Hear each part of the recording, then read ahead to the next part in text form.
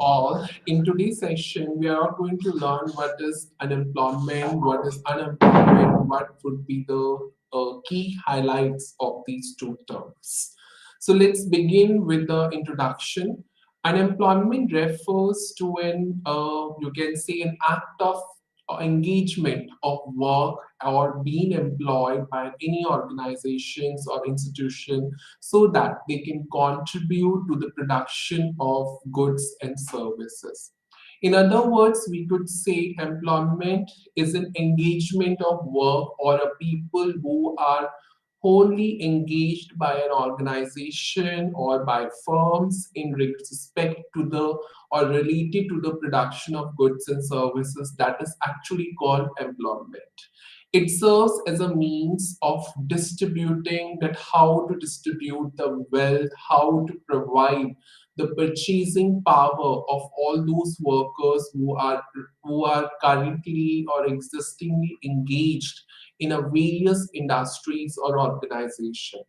It plays a very significant role in the society as it offers the social environment which also includes our self-esteem and of course increase the you can say the engagement among all those individuals workers who are working at present. Employment is very important concept from all the perspectives, especially when we talk about the economic perspective. It also provides the basic means for earning the income to the household and how the household would use that income to cover up their daily based expenses, how they offers the means of education to their children, and for that particular to bear up the expenses, employment plays a very significant role in economics perspective. In fact, the employment also afford the nation in the process to build up its human capital by spending you can see the money on the food, the nutritional diets of the childrens of the senior citizens. Employment it always helps to maintain that required health for all those productive households who are working at present. It is also important to note down that the employment is actually a resulting factor. That means it can also call a mismatch an economy who face plenty of the consequences of having a lower growth due to the higher employment levels or a situation where the people are actually don't get any sort of employment in the particular industry. So such situations which always keeps you can say a lower growth rate of the economy, and if due to such leakages the overall macroeconomic stability always been unhealthy for the economy. As per the statistics of the National Survey Census Organization, the 48.9% of the workforce in India is still dependent on the agricultural sector. And this percentage is always being come down, even the more higher you can see level, that is 60% in 2000, and it is a well enough high rate to make the economy classified into an agrarian economy in its nature. In such a situation, when we talk the higher percentage of agricultural workers or the laborers who are totally dependent on the same for their day-to-day wage employment for their own substance, and it also needs to be provided an alternative employment so that they can cover up their expenses uh, which was come up from the agricultural activities. The main percent of the agricultural labor to total workers has always been increased from 28% to 55% in the, you can say, a period of 1951 till 2011. And that is the main reason that the conceptual framework of employment is need to be understood. Now, the next concept is the workforce participation rate and the labor force participation rate. These two concepts are mainly used in the various, you can say, national sample surveys, organization reports, and any annual reports or statistical reports which relates to employment highlights. The workforce participation rate, when we talk about it, refers to a proportion of all those working population to the total population. That means it refers to a ratio of working population to total population, and that is actually called the workforce participation rate. And it is in other words, we can also call this term that is worker population ratio.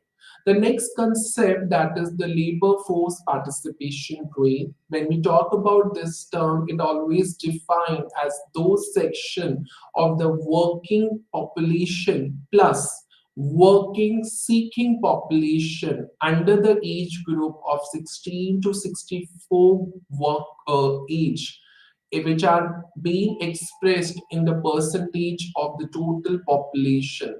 That ratio, that rate is called the labor force participation rate. It means it is a ratio. In other words, we can say it is a ratio of the working population plus the working seeking population in under the age group of 16 to 64 years to the total population, and that is called the labor force participation rate.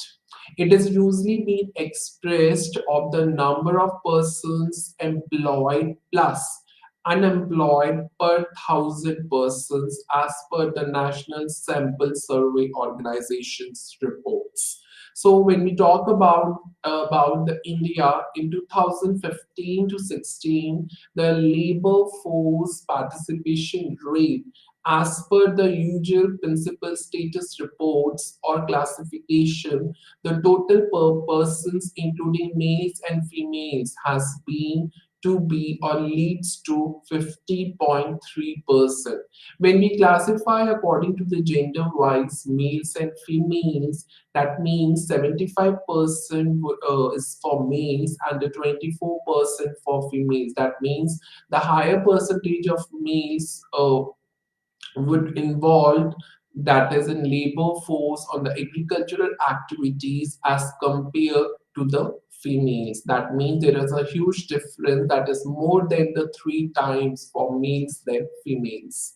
So when we talk about the, you can say, unemployment rate under this, that would be the 5% for the overall gender including males and females. That means it was 9% for the females and the 4% for the males. So automatically, when we talk about the employment rate, it classified into males and females. So 75% for the males and the 24% for the females. But when we talk about the unemployment rate, and the overall rate of the unemployment is 5%, and will be classified by the gender wise, that is 9% for the females and the 4% for the males. That means unemployment rate is more for females than the males. So this is a conceptual framework as according to the statistics or you can say data in respect of the labor force participation rate. So this is the called an India employment growth. That means when we compared from 2016 till 2020. 23, the employment rate in India has been increased by 36%. So India has also witnessed that a significant growth over years, and it as in this as you can see on the screen that 36% of employment in India has been increased. That means that 170 million jobs during 2016 to 17 and 2022 and 23.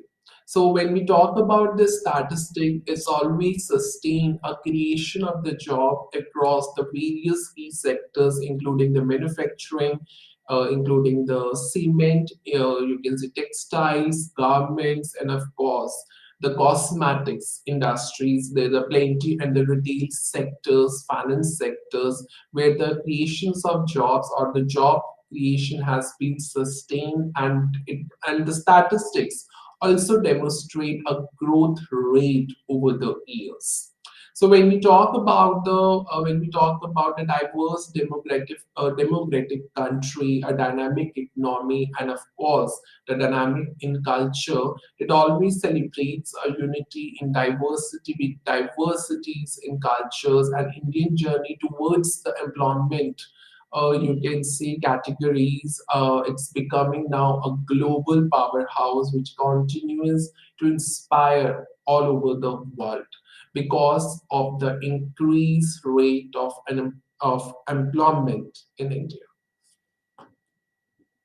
So this is also true when there is an employment. So of course, unemployment trends also in India exist. So you can see the data, statistical data of 2017 to 18 till 2023. So as we can see, the working population ratio or the working population rate in percentage, it keeps on increasing years to years from 2017 to 2023. So if you look up the work population rate from 2017, it refers to or leads to 46.8%, and in the respective years till 2022, it always been on an increasing rate.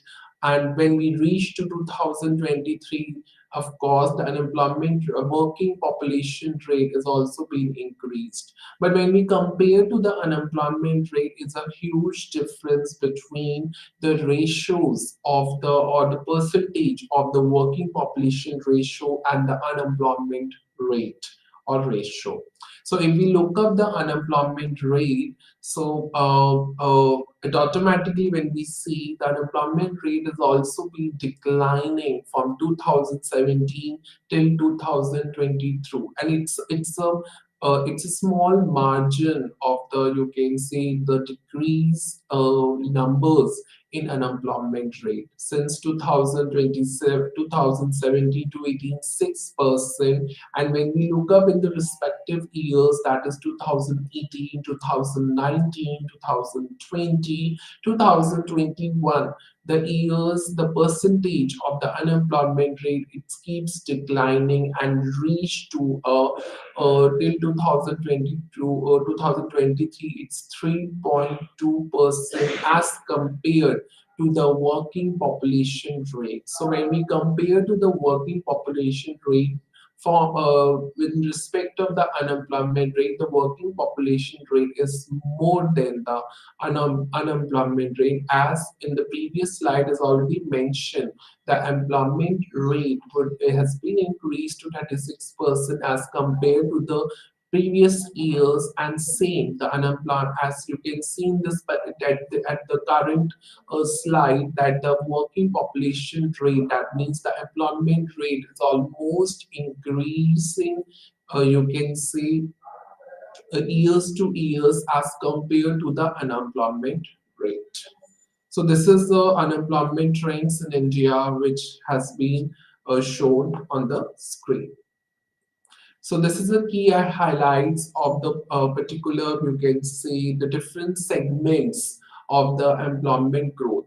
So Indian employment growth, that's very true, that almost is contrary to the claim that it's a jobless growth. Data shows that the employment in India is almost increased by 36% as 170 million jobs has been created between 2016 to 17 till 2022 to 23. So during the same period, GDP has also been increased at an average rate of over 6.5%. So this is the data where you can see the employment rate, and as per the respective years from 1980s till 2022, the employment rate, that means we can see in the orange line, and the gross value added, that means the GDP in crores, has been measured in the blue line, blue in color, and the orange in colors, the employment rate has been measured. So if you look up the years from 1980, it start increasingly, and it keeps on increasing, then it keeps on down, and ultimately keeps on rising in 2023. So automatically it has been revealed that the employment rate has been increasing years to years, very small margin of percentage, or you can say a small margin of a rate. So when we look up, when there is an increase in the employment rate, then automatically the GDP, that means the gross value added, that means the production of goods and services rate, has also been increased. So you can look up in the blue in color, that is a blue in line, or in the particular graph, the gross value added, that means the production of goods and services due in the various key industries or the key sectors, it has been increased years to years. That means from since 1980 to 2023. If you look up, when it almost been decreased in 2019, and ultimately it been increased in the upcoming years, that is to 2020 to 2023. So this is how the gross value added can be measured in respect of the, you can see, or based on the employment rates. Next one is workers population ratio. So these are the categories where the working population ratios has been measured, and in respect of the rural and urban areas. And when we talk about rural and urban areas, there the genders and such reasons is also being classified into a males and females, a working population ratio between them, and accordingly it has been estimated. So if you look up the data from 2017 to 2024, then consistently the ratio of the males, or the working population rate, is almost been increased from 51.7% in 2017 to 18, when we compare to the 2023 to 24, it refers to 56.3 under the males category. When we talk about a case of the females, automatically there is no consistency increase in the exact female category. There is a small margin, and then there is a huge margin of increase in case of the female. But that's a fact that the you can see the working population rate, or the ratio, is almost increased in the female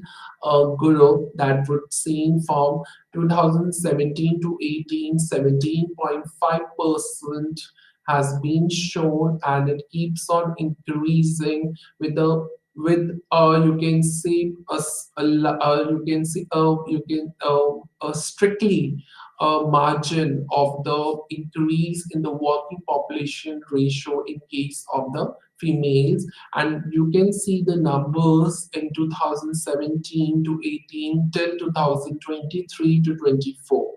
When we talk about the urban regions, automatically, of course, there are huge increment when the working population ratios in urban region has almost been increased as compared to the rural region, as more and more industries has been constructed, as a new, you can say, industries are also coming up to the urban areas, and that's the main reason the females and the males working population ratio or the rate is also being increased, and that is a proof in the data has been shown between the males and females. So if you look up the data in urban region, males and females, so in case of the males category, the 53%, you can see in 2017 to 18 has keep consistently increasing till 2023 to 24, that is 56.4% in case of males.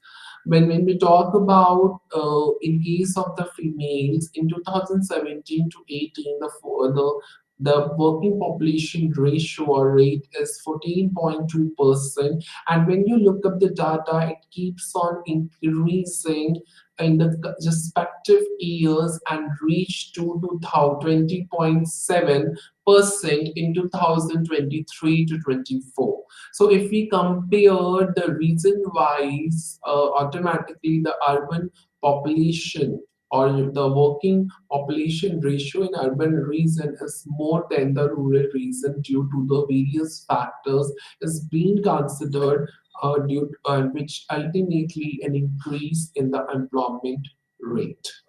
Automatically, when we combine this, so the combined ratio rural and urban, so automatically, if we look up the comparison between the genders, that is males and females, the 52% one in 2017 to 18 is being compared till 2024, 23 to 24 is almost being increased. So automatically there is a small margin of the increment in all the years, which ultimately in case of the males, the working population ratio is almost increasing, as in case of females also when we compare the respective years from 2017 to 18 till 2023 to 24, the of course the working population ratio has almost been increased in case of female from 16.5% 2017 to 30.7% in 2023 to 24. So this is how a comparison is to be, a comparative statement between the rural and urban region in case of working population ratio. So this is also another concept which is called a consumption driving growth, where the Indian growth is also being increased by a way of consumption, which ultimately have a closed tie-up to employment. So if there is an increase in the consumption, then automatically it will generate the employment opportunities. And if there is a consumption would get declined, then of course the plenty of the laborers and the workers will get either unpaid or the low pay wages in a particular sectors. So if we look up the diagram, it means shown the real monthly per capita consumption expenditure and its growth rate, and how the different reasons, that is urban and rural reason, what would be the growth of the per capita income of expenditure. So in this graph, if you look up the you can see the bar diagrams and according to the frequency polygon on the bars. So if you look up the growth rate of the urban and rural, it automatically keeps on the trend basis. It's measured on the trend basis, or trend analysis has been done. It keeps on decreasing in one year, then declines on the second year, then it again goes up on the another year, that is 2022 to 23. So we compared from 2024 till 2023, then automatically we cannot say it's a consistently increase in the rural growth or the urban growth, it always been increase or decrease in consumption due to the increment in the growth of that particular reasons, that is urban or rural reasons. So automatically we can conclude that the increase in the consumption, which always leads to an employment growth in the rural region, and of course there is a decrease in the consumption, then automatically it leads to an you can say unemployment, a lower employment, or the workers who always get the lower wages, or even they will get unpaid for their employment. So automatically it depends upon the consumption. So if they are getting a good wages, then automatically a high well wages, then automatically the consumption would get increased. And if there is automatically the consumption is low, then automatically we can conclude the employment rate is automatically it's very low, and the worker is getting the low paid wages, or you can say unpaid even. So automatically years to years the employment growth, or you can say the employment growth is based on the per capita income on a monthly basis, which always keeps on increasing or decreasing years to years. So if we look up the diagram since 2024, it's not consistently increasing. It's what based on the trend analysis, where in a year it begins from a increasing rate, then ultimately on the second year it will declines immediately. Then again it will goes up. Same for the rural growth also, and it applies for the urban growth also. So this is how you can elaborate the real month per capita consumption expenditure and its growth rate. Now we talk about the next few indicators of the employment rate. The first and the fourth one is the employment elasticity. Employment elasticity is also a measurement tool where we can measure the relationship, a causal relationship between the growth and the employment generation in an economy. So, if we talk about the report estimation, which is always based on one of the model of economics and the mathematics, that is called a linear econometric model, which shows that in the period of 2017 to 2023, there was a 1.11% increase in jobs for a percentage increase in value added. That means if there is an increase in the growth of the jobs and the growth of the employment rate, that ultimately leads to an increase in the gross value added. That means there is an increase in the production of goods and services in an overall economy, and that is called employment elasticity, where we will have a close look to the measurement of the growth and employment generation in an economy, and where the statistical or mathematical models will be applied to get the results by measuring it, and the result as per the report, you can say 1.11% increase in jobs, which ultimately increase in the gross value added. The next part is, and the last one is sectoral observations. As we can observe the numerical data, we can observe the statistical data as the labor capital ratio. So if there is an increase in the labor jobs, there is an increase in the gross value added. That means the services sectors, a rate of the services sectors would also get increased by 1.17 as per the statistical data. So automatically, when we talk about the supply side arguments, it always shown in the reports that it fails to generate the jobs. Automatically, if they generate the jobs, the workers or the laborers will get the low paid wages. So this is an argument which always been you can say into today's scenario, and it is always based on this observation in the various key sectors. So automatically, both the demand and supply side would be equal, and if it is equal, that means there is a chance to generate the employment opportunities in a country. And when there is a confliction between the demand and supply side, that the Indian economy then automatically becomes the inconsistence, which leads to some form of joblessness. So this is how the observation is to be done based on the figures, based on the statistical reports in respective years, and that is called sectorial observations.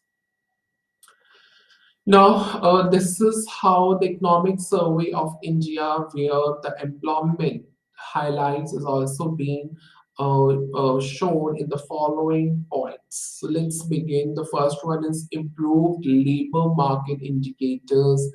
Labor market has also been increased. The distribution of employment in the sector wise has also been improved. There is a decline in the youth unemployment. There is a more rise in the female labor force participation. There is a recovery in the organized manufacturing employment. There is a wage growth in rural and urban areas. There is an expansion of the employee provident fund organization payrolls. There is a potential to a GIE economy. There is always more and more sectors would involve, that is manufacturing and the artificial intelligence. So let's understand one by one these 9 points a little bit more. The first one is improved labor market. So when we talk about the Indian labor market indicators has consistently improved with the unemployment, as the unemployment rate has also been declined from 3.2% in 2022 to 23. So when we talk about the sectoral employment, that means we can talk about the agriculture, we can talk about the manufacturing sectors, we can talk about the services sectors. So agriculture remains a dominant, which always gives more and more employment opportunities over the 45% of the population in India, or of the workforce. And of course, this increment is always leads to a gradual shift towards the manufacturing and the services sector.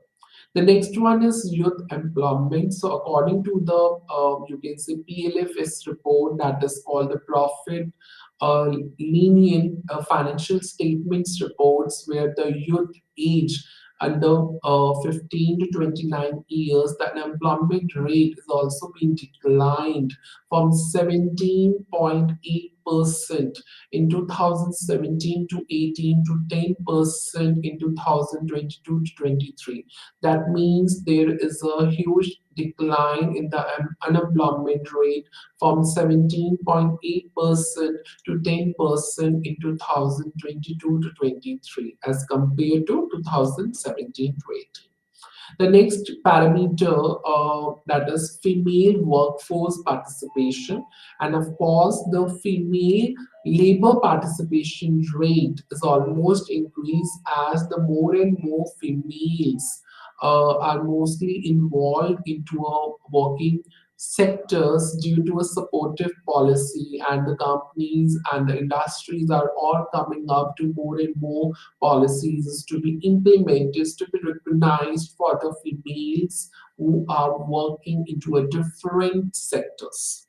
The next one is manufacturing recovery, and the factories who are employing over the more and more 100 workers, of course they are experienced the 11 sorry 11.8% growth between the financial year 2018 and the financial year 2022, where the larger and larger, you can see the industries or the industrial units has been, you can see, build up, who are actually creating more and more jobs rather than the small jobs. So this is how the manufacturing recovery stage is also being emerged due to an increase in the employment rate. And this recovery, it's creating more and more jobs than the small ones. Next one is wage rates. So during the financial year 2015 to 2022, the wages per worker in rural areas has also been increased at 6.9%. That means a compound annual growth rate is also being increased in rural areas as compared to the urban areas, that is 6.1%.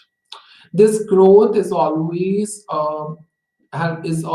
been increased due to a development of the more and more rural industries in the rural areas, especially the industry which are related to the construction and the manufacturing sectors. And also the government has also implemented the various programs or the policies for such particular laborers, that is the Mahatma Gandhi National Rural Employment Guarantee Act.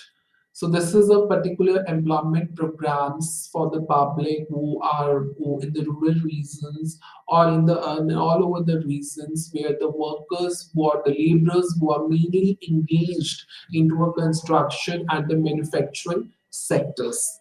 The next one is Employee Provident Fund Organization payroll growth. And of course, as the employment rate has been increased by 36%, then of course the Employee Provident Fund payroll growth is also to be seen. So the yearly net payroll additions due to such organizations more is have more than the doubled from 61.1 lakh in 2019 to 131.5 lakhs in financial year 2024.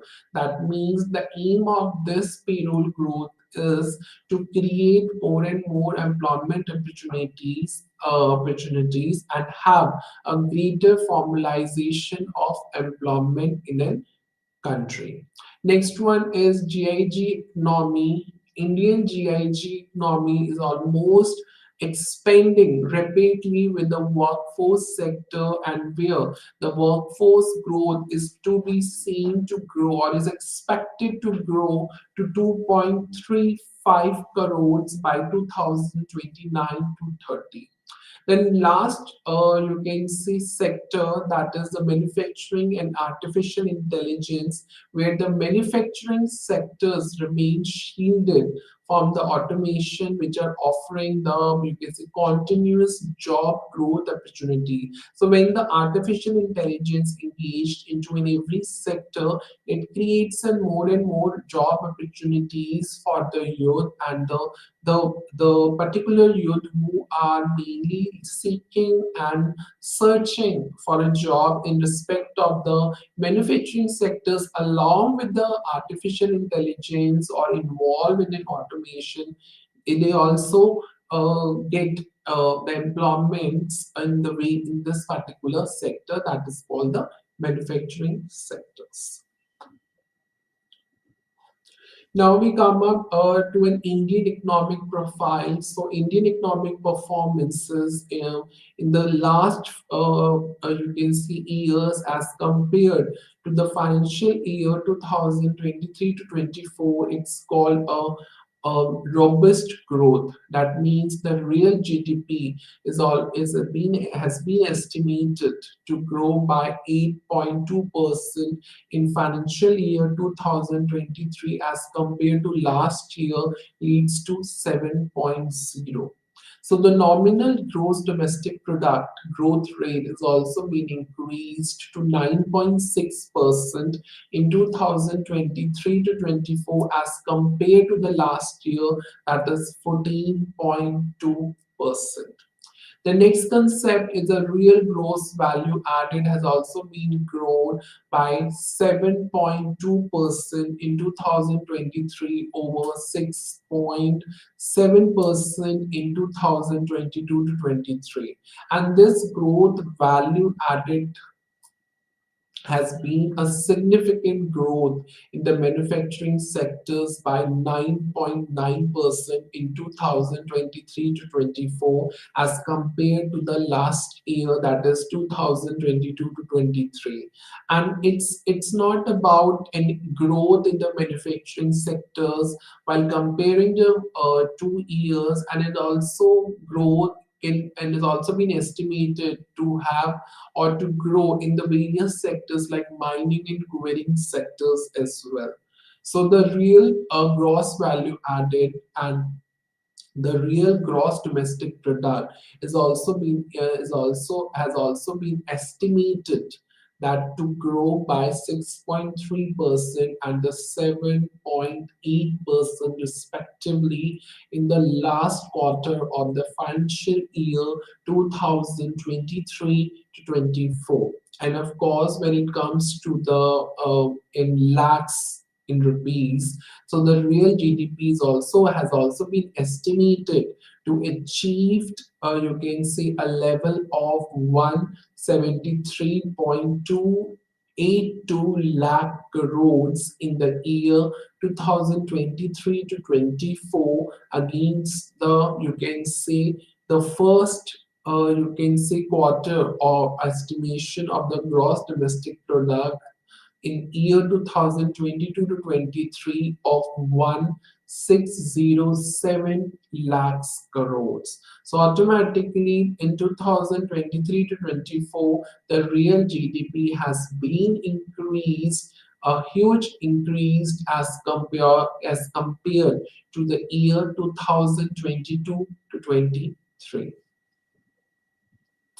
Now we come up to the employment policies. The first one is 1950s. The economic growth is termed as a catalyst for employment. So after the independence, India faced the biggest challenge of how to rebuild the economy as it is being fragmented by colonial rules. So the country first prime minister, that is the Jawaharlal Nehru, is always push the economy into an economic growth so that the employment rate would get increased after the independence or after the years of such independence. So the 1950 in the 1950 it was the government has launched the 5 year plans where the economy can also see a series of the centralized or the integrated national economic programs. So these are the year-wise centralized planning and industrialization. So the first 5 year plans, that is 1951 to 56, is mainly focused on the agricultural development. Why? Because it is the backbone of the economy and employment. The second 5 year plan, that is 1956 to 61, now it shifted. The next 5 year plans, it shifted to heavy industries, infrastructure, so that the industrial growth could be founded or the job opportunities could be created. The next one is employment through the community development. So the government has also launched the various community development programs so that it will improve the standard of living in the rural areas. It will create the jobs through the local initiatives. And of course, there are also the critics who argue that there would be an impact on the employment and if there is a slow phase of the industrial growth and just neglect if it neglect the services sectors as well. So this is the argument who has the critics has did it in respect of the community development programs. Now, then again, in the years of 1970s to 1980s, the shift of to the making up or implemented the targeted employment generation programs, and these are the two main programs which has been implemented in 1970s and 1980s. So unfortunately, the Indian government has realized that economic growth alone is actually insufficient to solve the main issue of the unemployment rate. Then automatically the government has introduced these two schemes so that through these schemes, ultimately the unemployment crisis would overcome. So the first one is the Integrated Rural Development Program, which has been launched in 1917s, where the main objective of such scheme is self-employment to the rural poor people through the subsidies and the root bank credit. The next scheme, direct employment scheme, is a national rural employment program which has been initiated or implemented in 1980s, where the main aim of such scheme is to provide the wage employment in rural areas, which always focuses on the community asset creation, that how the community could come together and generate the employment which is based on the daily based wages in rural areas. Next, we come up to the 1990s to 2022. Now there is a liberalization and jobless growth would occur. So in 1990s, there is a radical shift as Indian opened its economy to the world, where the LPG policies is all being implemented to increase the economic growth. And such paradox of such myth of the liberalization, that would be the two parts, that is economic expansion and the jobless growth. So when we talk about economic expansion, Indian GDP, of course, shows an impressive growth with open up a new sectors as well, that is information technology and communication services, which also termed as an emerging source of employment opportunities. The next one is jobless growth. So, despite or without economic expansion, economic growth has almost failed to keep up a pace, or leading to or leads to an you can say jobless growth, or the phenomenon of a jobless growth. So this is a paradox of the liberalization, a myth which classified into two parts, which is not exactly, and the economy has failed to generate the employment rate. Now, when there is a fail, the economies fail to generate the employment. Now there is an entry of the role of the private sectors, and the private sectors become a significant player in the economy because it focused on the technology, it focused on the information technology, automation, artificial intelligence sectors, where they will give or generate the employment opportunities more and more, or you can say jobs. But ultimately, when this particular respective years in 1990s and 2022, there are always a favor jobs, where there is a need to develop the policies so that the job creation opportunities should be encouraged.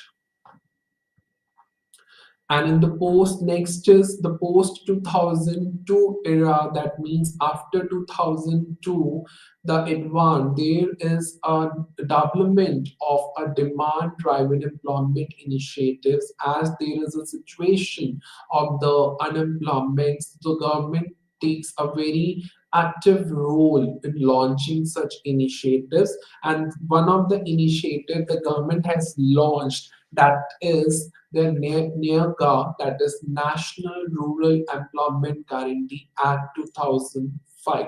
So it was launched in 2005, where It was a landmark in Indian employment policy, and of course, the aim of such policy is to guarantee 100 days of wage employment per year to every rural household whose adult members is volunteered to do unskilled manual work.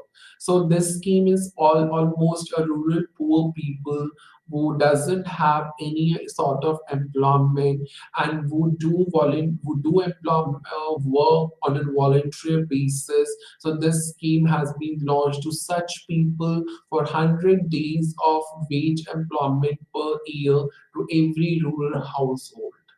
But unfortunately, as it was a negative or positive impact, and of course, there would be a big challenge of this particular scheme.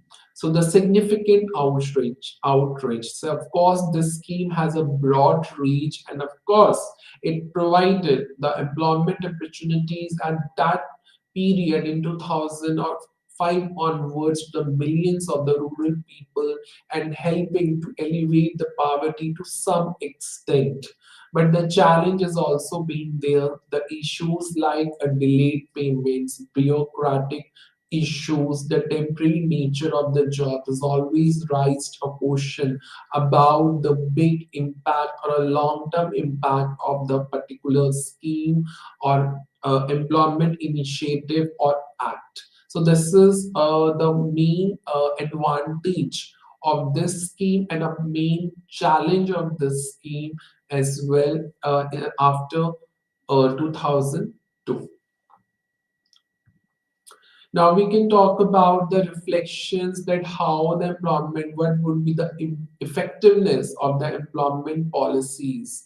So what that means, what would be the advantages of such employment schemes. So if as we have already looked up the employment policies in 1950s or 60s, in 1980s to 90s, now in 2022, so of course, automatically such schemes also has aimed to provide the employment opportunities to youth and the rural poor people in the rural areas. And of course, the criticisms and the advantages as always goes on a hand to hand. So of course, what would be the outcome? So whatever the outcomes has been come, there is an assessment of the outcomes, the reflections of such effectiveness of such policies, that is a short-term relief and the long-term relief.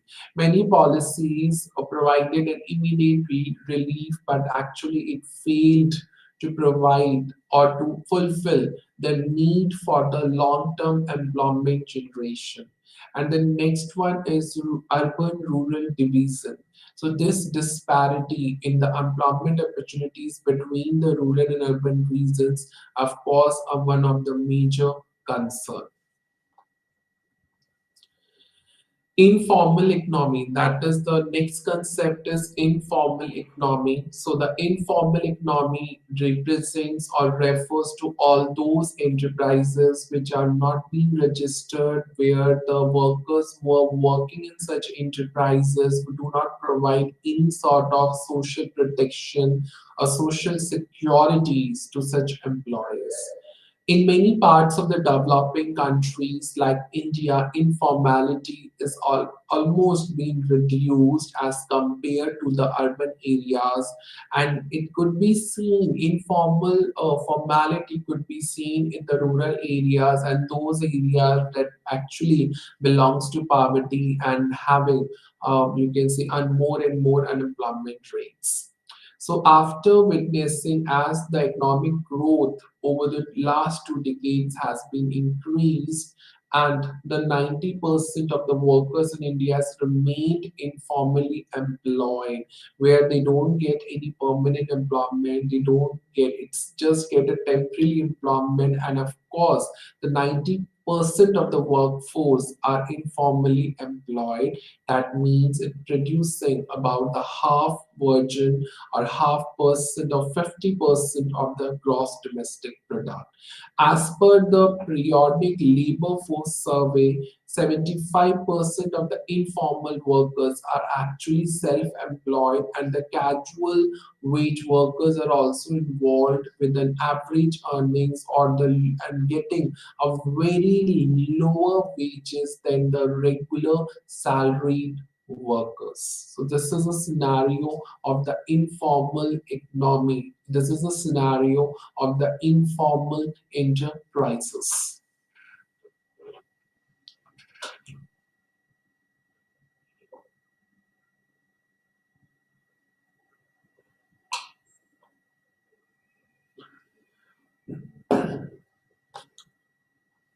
Next one is challenges which is related to our informal sector workers. The first is labor related challenges. As the large workers are employed in the rural sectors, the biggest challenge is that is in the urban workforce in the informal sector. And the challenges is being listed: the long working hours, low pay, difficult working condition, low job securities, high turnover ratio, low job satisfaction, inadequate social securities, difficulty in how to exercise the rights, child and forced labor, discrimination on the basis of the various vulnerable conditions, vulnerable, and of course the low paid and undervalued jobs as well. So these are the major challenges which is related to the labor workforce. Next one is related to the productivity. The informal sectors basically includes the medium, small, you can see the medium and small, medium enterprises and household businesses. They are not as big firms like Reliance Trends or the Reliance Industries Limited. And of course, they are such industries, such businesses, whether it's a medium or the small scale business or a household business, they don't even get an advantage of the economies of scales as well. Then the last challenge is inability to rise tax revenues, as these firms are not registered, they are not legally registered, they are not directly regulated with the under the rules and norms of the government. Then of course such enterprises cannot be able to rise the tax revenues, and of course having an overall growth of the economy, as they can hide the incomes or expenses from the regulatory framework, and that's the main reason it is unable to rise the tax revenues. Now we can talk about the current state of informal workers in India. So we can talk about over the 94% of 227.69 crores informal sector workers are registered in the e-Shram portal.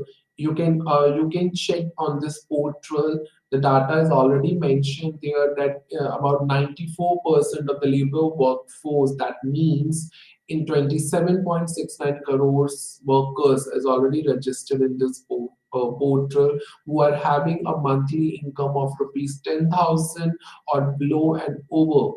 The 74% of enrolled workforce belong, and out of the 94%, 74% of workers belong to the scheduled caste, scheduled tribes, and other backward classes.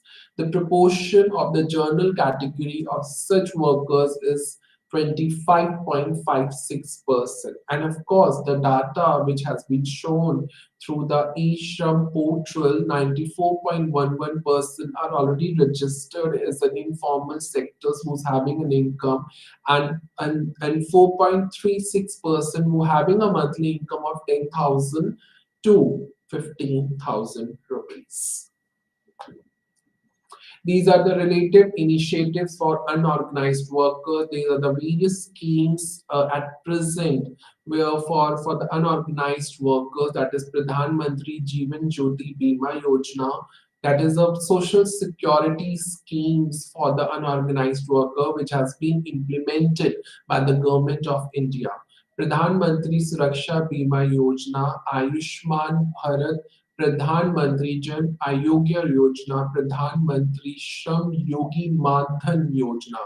So these schemes are mainly offer the life insurance or health insurance coverage, and of course you can see provide a labor and employment securities to the unorganized workers where they don't get from the private sectors. So the government have implemented the schemes for unorganized workers so that their life and the health could be secured. That's it for today. Thank you so much for listening this lecture. I'll come up to more and more interesting topics in the relevant blog. Namaste to all.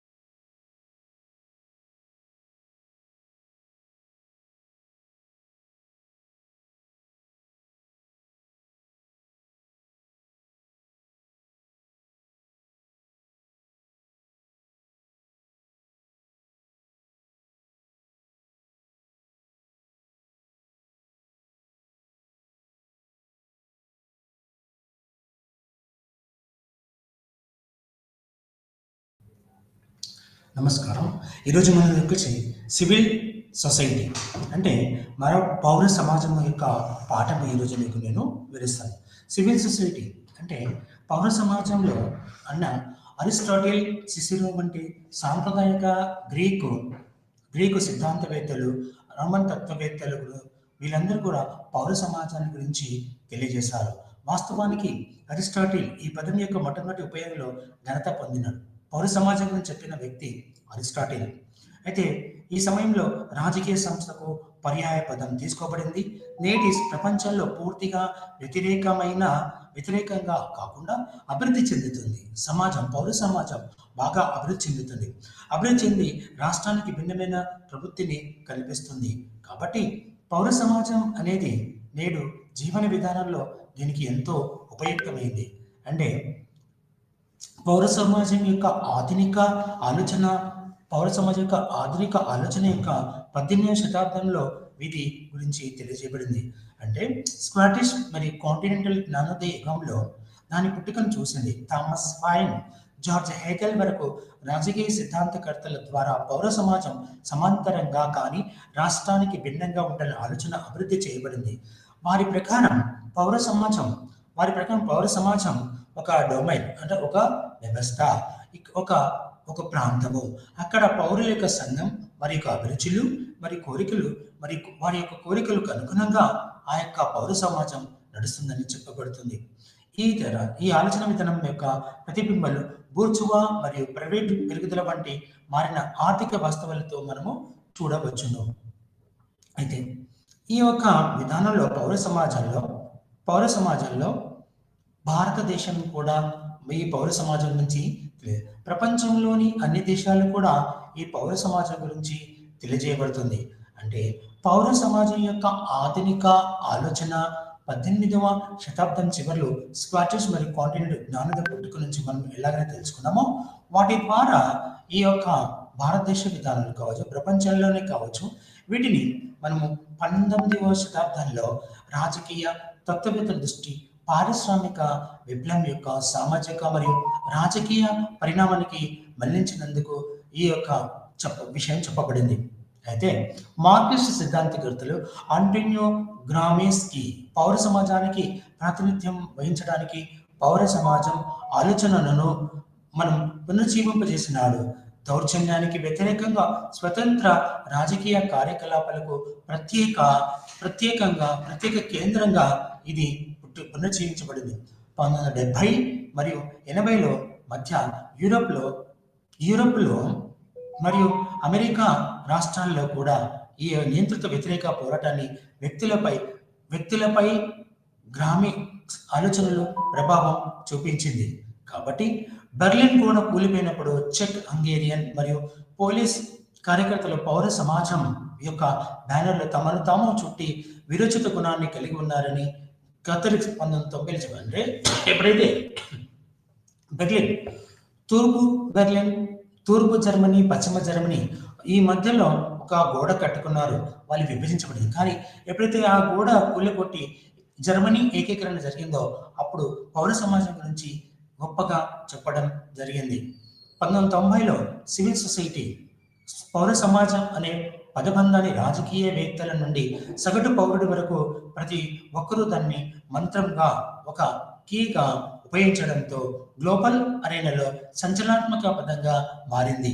మరియు post చల్లని యుద్ధం ఎలాని ట్రిప్నోవా ప్రచురణ యుద్ధానంతరం యుగాన్ని ప్రస్తావించారు. ఇందులో అన్ని European దేశాలు పౌర సమాజాన్ని పునరుద్ధరించే దిశగా పనిచేశాయి. 1990 నుండి ఎన్జిఓలు నాన్ గవర్నమెంటల్ ఆర్గనైజేషన్స్లు నిర్ణయం తీసుకునే ప్రక్రియను ప్రజాస్వామ్యీకరించడానికి, మానవ హక్కులను పరీక్షించడానికి మరియు అత్యంత అవసరమైన వారికి అవసరమైన సేవలను అందించడానికి పనిచేసే ముఖ్యమైన శక్తిగా ఉద్భవించాయి. పౌర సమాజం ప్రజాస్వామ్యం యొక్క ముఖ్యమైన షరతుగా భావించబడింది.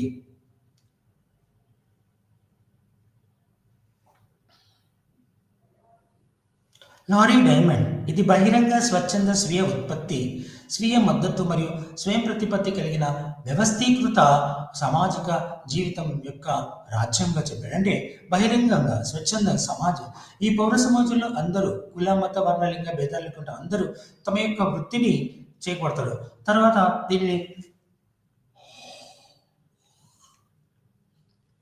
స్వయం ప్రతిపదిన వ్యవస్థీకృత సామాజిక జీవితం యొక్క విధానం రాజ్యంలో ఏర్పాటు చేస్తుంది. ప్రజలు ఎక్కడ జీవిస్తారో వాళ్ళ యొక్క విధానంలో ఉంటుంది. అంటోనియో గ్రామిక్స్ ఇటాలియన్ మార్క్సిస్ట్ తత్వవేత్త మరియు కమ్యూనిస్టు రాజకీయవేత్త. అతను రాజకీయ సిద్ధాంతం, సామాజిక శాస్త్రం మరియు భాషా శాస్త్రంపై రాశాడు. అతని సాంప్రదాయ మార్క్సిస్టు ఆలోచన యొక్క ఈ యొక్క విధానాన్ని తెలియజేయబడుతుంది. తర్వాత సూసేన్ హోబర్ట్ రోడర్స్ అమెరికన్ రచయిత, రాజకీయ ఆలోచనపరుడు మరియు విద్యావేత్త. ఆమె దక్షిణాసియా రాజకీయ ఆర్థిక వ్యవస్థ మరియు రాజకీయ సామాజిక శాస్త్రంలో చురుకుగా పాల్గొనడానికి ఇది ఎంతగానో ఉపయోగపడింది. అయితే మనకు ఇక్కడ చట్టపరమైన కొన్ని నిర్వచనాలు మీకు చెప్పాను. ఇక్కడ చట్టపరమైన ఆర్డర్ లేదా భాగస్వామ్య నియమాల సమితి ద్వారా ఇది సాధారణంగా సమాజం నుండి విభిన్నంగా ఉంటుంది. ఈ పౌర సమాజంలో ఇది ఒక విభిన్నంగా కనపడుతుంది. దీనిలో పౌరులు తమ ఆసక్తులు, అభిరుచులు మరియు ఆలోచనలు వ్యక్తీకరించడానికి పబ్లిక్ రంగంలో సమిష్టిగా వివరిస్తారు. సమాచార మార్పిడి, పరస్పర లక్ష్యాలను సాధించడం, రాష్ట్రంపై డిమాండ్లు చేయడం మరియు రాష్ట్ర అధికారులను జవాబుదారీగా ఉంచడం. పౌర సమాజం అనేది ప్రైవేట్ రంగానికి మరియు రాష్ట్రానికి మధ్య ఉన్న మధ్యవర్తిత్వం. పౌర సమాజం అనేది ప్రభుత్వానికి మరియు ప్రైవేట్ రంగానికి మధ్యస్థంగా ఉన్నది పౌర సమాజం ప్రైవేట్ ప్రయోజనాలకు ఉంటే పబ్లిక్ సంబంధించింది. ప్రైవేట్ కంటే ప్రభుత్వానికి ఎక్కువ దీంతో సంబంధం కలిగి ఉంటుంది. పౌర సమాజం ఏదో ఒక విధంగా రాష్ట్రానికి సంబంధించింది, కానీ అధికారాన్ని గెలుచుకోవడం లక్ష్యంగా లేదు. జెఫరీ అలెగ్జాండర్ ప్రకారం పౌర సమాజం అనేది రాష్ట్రం వెలుపల ఉన్న అనేక సంస్థలను సూచించే గొడుగు లాంటి భావన. నీరజ గోపాల్ జయల్ పౌర సమాజాన్ని అన్ని రకాల స్వచ్ఛంద సంఘాలు మరియు రాష్ట్ర నియంత్రణ లేని సామాజిక పరస్పర చర్యలను కవర్ చేయాలని నిర్ణయించారు. అయితే మైకేల్ బ్రాటానిక్ పౌర సమాజం అనేది సమాజం స్వచ్ఛంద సంఘం యొక్క నిర్మాణాలు మరియు పబ్లిక్ కమ్యూనికేషన్ యొక్క నెట్వర్క్ల ద్వారా వ్యక్తీకరించడం జరిగింది. గృహ మరియు రాష్ట్ర మధ్య సామాజిక పరస్పర చర్యగా చెప్పబడింది. ప్రపంచ బ్యాంక్ అనే ప్రముఖ అభివృద్ధి సంస్థ చేసిన నిర్వచనం ప్రకారం పరిశోధన కేంద్రాలను స్వీకరించింది. పౌర సమాజం అనేది ప్రజా జీవితంలో ఉనికిని కలిగి ఉన్న ప్రభుత్వేతర మరియు లాభాపేక్ష లేని సంస్థల యొక్క విస్తృత శ్రేణిని సూచిస్తుంది. వారి సభ్యులు ఆసక్తులు మరియు విలువలను వ్యక్తపరుస్తుంది లేదా ఇతరులు నైతిక, సాంస్కృతిక, శాస్త్రీయ, మత లేదా దాతృత్వ పరిగణాలను ఆధారంగా అనేక రకాల సంస్థలను దాతృత్వం అంటే దానం చేయడం. అంటే పౌరులకు కూడు గుడ్డ నీడ, వాళ్ళకు నిత్యావసర సరుకులు అనేది కొందరు వాళ్ళు చెప్పుకోరు, వాళ్ళ పేరు చెప్పుకోరు, కానీ దాతృత్వాన్ని ప్రకటిస్తారు. ఉదాహరణకి మల్టీనేషనల్ కంపెనీలు కావచ్చు. రీసెంట్గా చనిపోయిన రతన్ టాటా తన దాతృత్వం చూపించాడు. అంటే మృగ జీవాల మీద చూపించాడు. తర్వాత ఆ పేదలు వాళ్ళు చెప్పుకోకుండానే ఎన్నో కోట్ల రూపాయలను దాతృత్వం చేశారు. పౌర సమాజం అవి నాన్ గవర్నమెంటల్ ఆర్గనైజేషన్, అంటే సేవ చేసే సంస్థలకు, ఆ సంస్థల ద్వారా ప్రజలకు, నిరుపేదలకు, బీద వాళ్ళకి సహాయ సహకారిగా ఈ యొక్క పౌర సమాజం ఉంటుంది. అంటే రాజకీయ శాస్త్రీయ, మత లేదా దాతృత్వ పరిగణన ఆధారంగా అనేక రకాల సంస్థలను సూచిస్తారు. సమూహాలు, ప్రభుత్వేతర సంస్థలు కూడా ఈ యొక్క పౌర సమాజంలో సభ్యులుగా ఉంటారు. అయితే మనకు కొన్ని కమ్యూనిటీ సమూహాలు, ప్రభుత్వ సంస్థలు, ఎన్జిఓస్, నాన్ గవర్నమెంటల్ ఆర్గనైజేషన్, అధిక ఆధారిత సంస్థలు, వృత్తిపరమైన సంఘాలు మరియు పునాదులుగా వేశారు. అంటే ఉదాహరణకి అనాథ బాలల పునరావాస కేంద్రం, లేదంటే ఓల్డ్ ఏజ్ హోమ్స్, అంటే తల్లిదండ్రులను వదిలేసి తర్వాత పెద్దవాళ్ళ ముసలి వాళ్ళను అక్కడ ఓల్డ్ ఏజ్ వదిలేసి వాళ్ళకు సేవలు చెందిస్తుంది నాన్ గవర్నమెంటల్. అలాగే పేదలకు ఆర్ఫాన్ సెంటర్స్ ఉన్నాయి. సుమారుగా మన తెలంగాణ హైదరాబాద్లో ఒక 20కి పైగా అర్బన్ సెంటర్స్ నడుస్తున్నాయి. వాటికి దాతృత్వాన్ని అందిస్తుంటారు. కొందరు తమ యొక్క బర్త్డే రోజున వారు వెళ్ళి అక్కడ వాళ్ళకి సేవా సహకారాలను అందిస్తుంటారు. యూరోపియన్ యూనియన్ ఎస్ఏ అన్ని రాష్ట్రేతర లాభాపేక్షలని పక్షపాతరహిత మరియు అహింసాత్మక నిర్మాణం చేర్చాలని భావిస్తుంది. ఇక యూరోపియన్ ప్రకారం ఏమిటంటే లాభాపేక్ష లేదు. ఎన్జిఓస్ దాంట్లో లాభాపేక్ష లేకుండా వాళ్ళకు ఎంతో కొంత కుదుర్చుకొని సేవ చేస్తుంది కాబట్టి లాభం అనేది ఉండదు. దీని ద్వారా ప్రజలు రాజకీయ సాంస్కృతిక సామాజిక లేదా ఆర్థిక భాగస్వామ్య లక్ష్యాలు మరియు ఆదర్శాలను కొనసాగించేందుకు నిర్వహించుకుంటారు.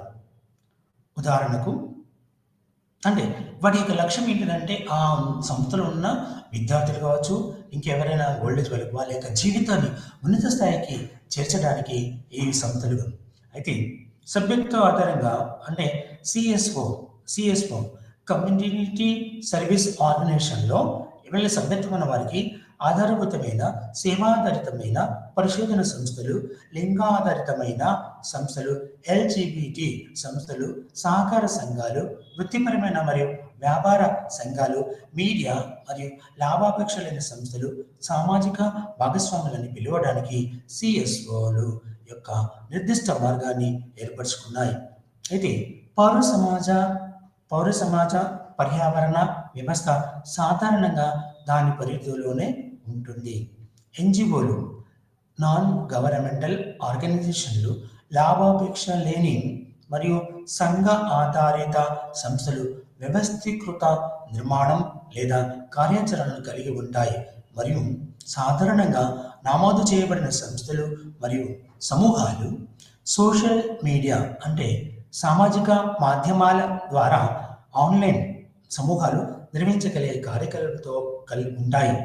కానీ తప్పనిసరిగా భౌతిక, చట్టపరమైన లేదా ఆర్థికంగా ఉండకపోవచ్చు. నిర్మాణాలు జెఫ్రీ అలెగ్జాండర్ ఒక అమెరికన్ సామాజికవేత్త మరియు ప్రపంచంలోని ప్రముఖ సామాజిక సిద్ధాంతకర్తలలో ఒకరు. మైకేల్ బ్రాటన్ మిచిగన్ స్టేట్ యూనివర్సిటీలో రాజకీయ శాస్త్రం మరియు ఆఫ్రికన్ అధ్యయనాల విశ్వవిద్యాలయ విశిష్ట ప్రొఫెసర్. అతను ఎక్కువగా ఓటింగ్ అండ్ డెమోక్రటిక్ సిటిజన్షిప్ అనే ఆఫ్రికా దాంట్లో ఇతను తన యొక్క అభిప్రాయాలను తెలియజేశాడు. పౌర సమాజం గురించి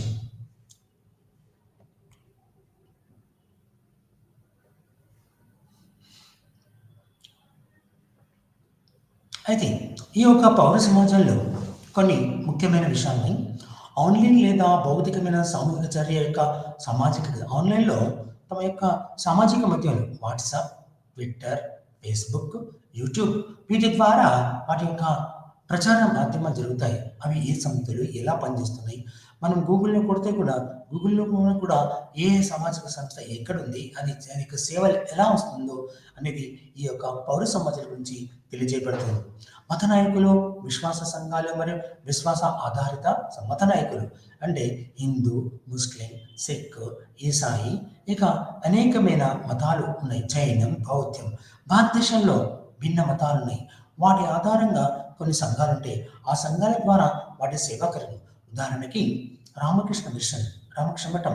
వీరంతా ప్రపంచంలో ఉన్నాయి. భారతదేశంలో ప్రతి రాష్ట్రంలో ప్రతి ప్రాంతాల్లో ఉండి సేవా కార్యక్రమాలు పౌర సేవ చేస్తుంది. కార్మికులు ప్రాతినిధ్యం వహిస్తున్న కార్మిక సంఘాలు మరియు కార్మిక సంఘాలు కూడా ఉన్నాయి. ఆ యొక్క కార్మిక సంస్థలు కూడా వారి యొక్క పౌర సమాజంలో వారికి ఆటో, కారు, లారీ,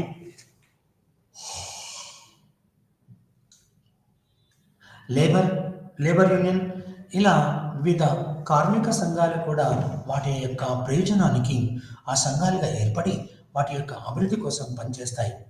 సానుకూల సామాజిక కోసం వినూత్న విధానాలను ఉపయోగించి సామాజిక వ్యవస్థలు కూడా మరియు పర్యావరణ ఫలితాలను సాధిస్తున్నాయి.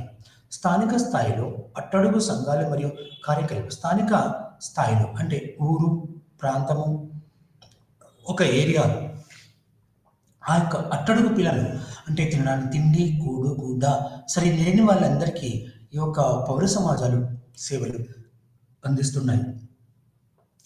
సభ్యులు సభ్యుల యాజమాన్యం మరియు ప్రజాస్వామ్యబద్ధంగా నియంత్రించబడే సహకార సంఘాలు. అంటే సభ్యులు అందులో ఉంటారు.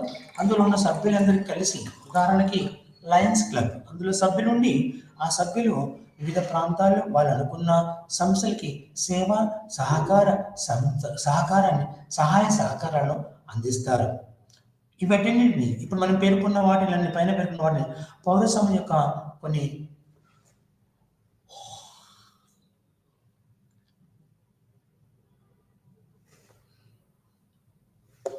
పౌరస్వామ్యం యొక్క కొన్ని లక్షణాలు మనం ఇప్పుడు అంచనా వేద్దాం. ఒకటి, ఇది రాష్ట్రీయతర సంస్థలను కలిగి ఉంటుంది. అంటే ప్రభుత్వంలో సంబంధం లేకుండా ఏర్పాటు చేయబడుతుంది. ఇది కుటుంబం, రాష్ట్రం మరియు మార్కెట్ వెలుపల అనేక సంస్థలు మరియు సంస్థలు కలిగి ఉంది. కుటుంబంతో కాకుండా రాష్ట్రంతో కాకుండా దానికి వెలుపలగా ఎన్నో సంస్థలను మార్కెట్ కూడా కలిగి ఉంటుంది. కొన్ని సంస్థలకు వాటికి మార్కెట్ ఉంటుంది, అంటే దాని యొక్క ప్రచారం బాగా ఉంటుంది. ఆ ప్రకారం ఇది వ్యవస్థీకృత సమాజం. వ్యవస్థీకృత అంటే సమాజంలో వివిధ రకాలమైన సేవలను అందిస్తుంది. ఉదాహరణకి మనకు రామకృష్ణ మిషన్ తీసుకుంటే ఎడ్యుకేషన్ ఇస్తుంది, సేవా సహకారం ఇస్తుంది, హాస్పిటల్ నిర్వహిస్తుంది. హైదరాబాద్లో ఉన్న రామకృష్ణ మిషన్ గురించి నేను చెప్తున్నాను. అది చక్కగా హాస్పిటల్ ఉంది, అంటే ఎవరైనా పేదవాళ్ళు రోగులకు చక్కగా తక్కువ ధరల మందులు, వాళ్ళకి డాక్టర్లను తక్కువ ధరలో నామినల్ ఫీజు తీసుకొని వాళ్ళకి ఆరోగ్యాన్ని అందిస్తుంది. తర్వాత మధ్యాహ్నం ఒక 200 మంది 100 నుంచి 200 మందికి భోజనాలు ఏర్పాటు చేస్తుంది. అంటే తక్కువలో స్పోకెన్ ఇంగ్లీష్ ఇస్తుంది, వివిధ రకాల భాషలు నేర్పుతుంది. పర్సనల్ డెవలప్మెంట్ అనే కారణం ఇది వ్యవస్థీకృత సమాజాలుగా ఏర్పడదు. అట్లాగే వివిధ సంస్థలు ఉన్నాయి. అందులో క్రైస్తవ మతము, జైనము, ఇలా ఏ మతాలు ఉన్నాయో ఆ మతాల్లో కూడా వ్యవస్థీకృతమైన సమాజాలను ఏర్పాటు చేసి ప్రజలకు సేవా సహకారాలను అందిస్తున్నారు. ఇది స్వచ్ఛందమైనది. ఏళ్ళనైతే ఏర్పడుతున్నాయో ఈ పౌర సమాజంలో ఉన్న ఎన్జిఓస్ అన్నీ కూడా స్వచ్ఛంద సంస్థలు. వాటికవే ఆర్థిక సహాయ సహకారాలను అందించుకుంటాయి. ఎవరైతే దాతల ద్వారా ఆ దాతల ద్వారానే ఆ యొక్క సంస్థల యొక్క మనుగడ కొనసాగుతుంది.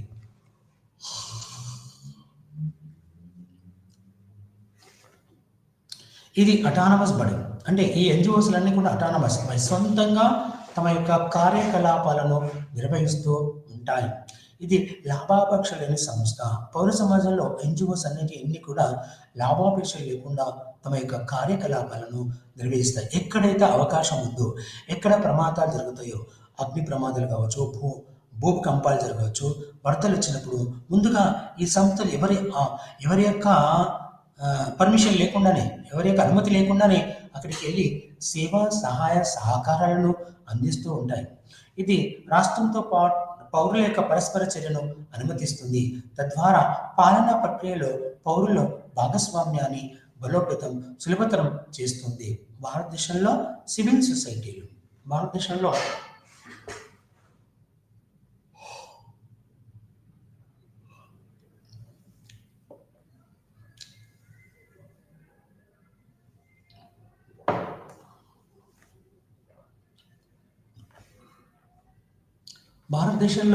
సివిల్ సొసైటీలు దశాబ్దాల నుండి కొనసాగుతున్న పౌర సమాజం కార్యకలాపాలు మరియు ఉద్యమాల సుదీర్ఘ సాంప్రదాయం ఉంది. భారతదేశంలో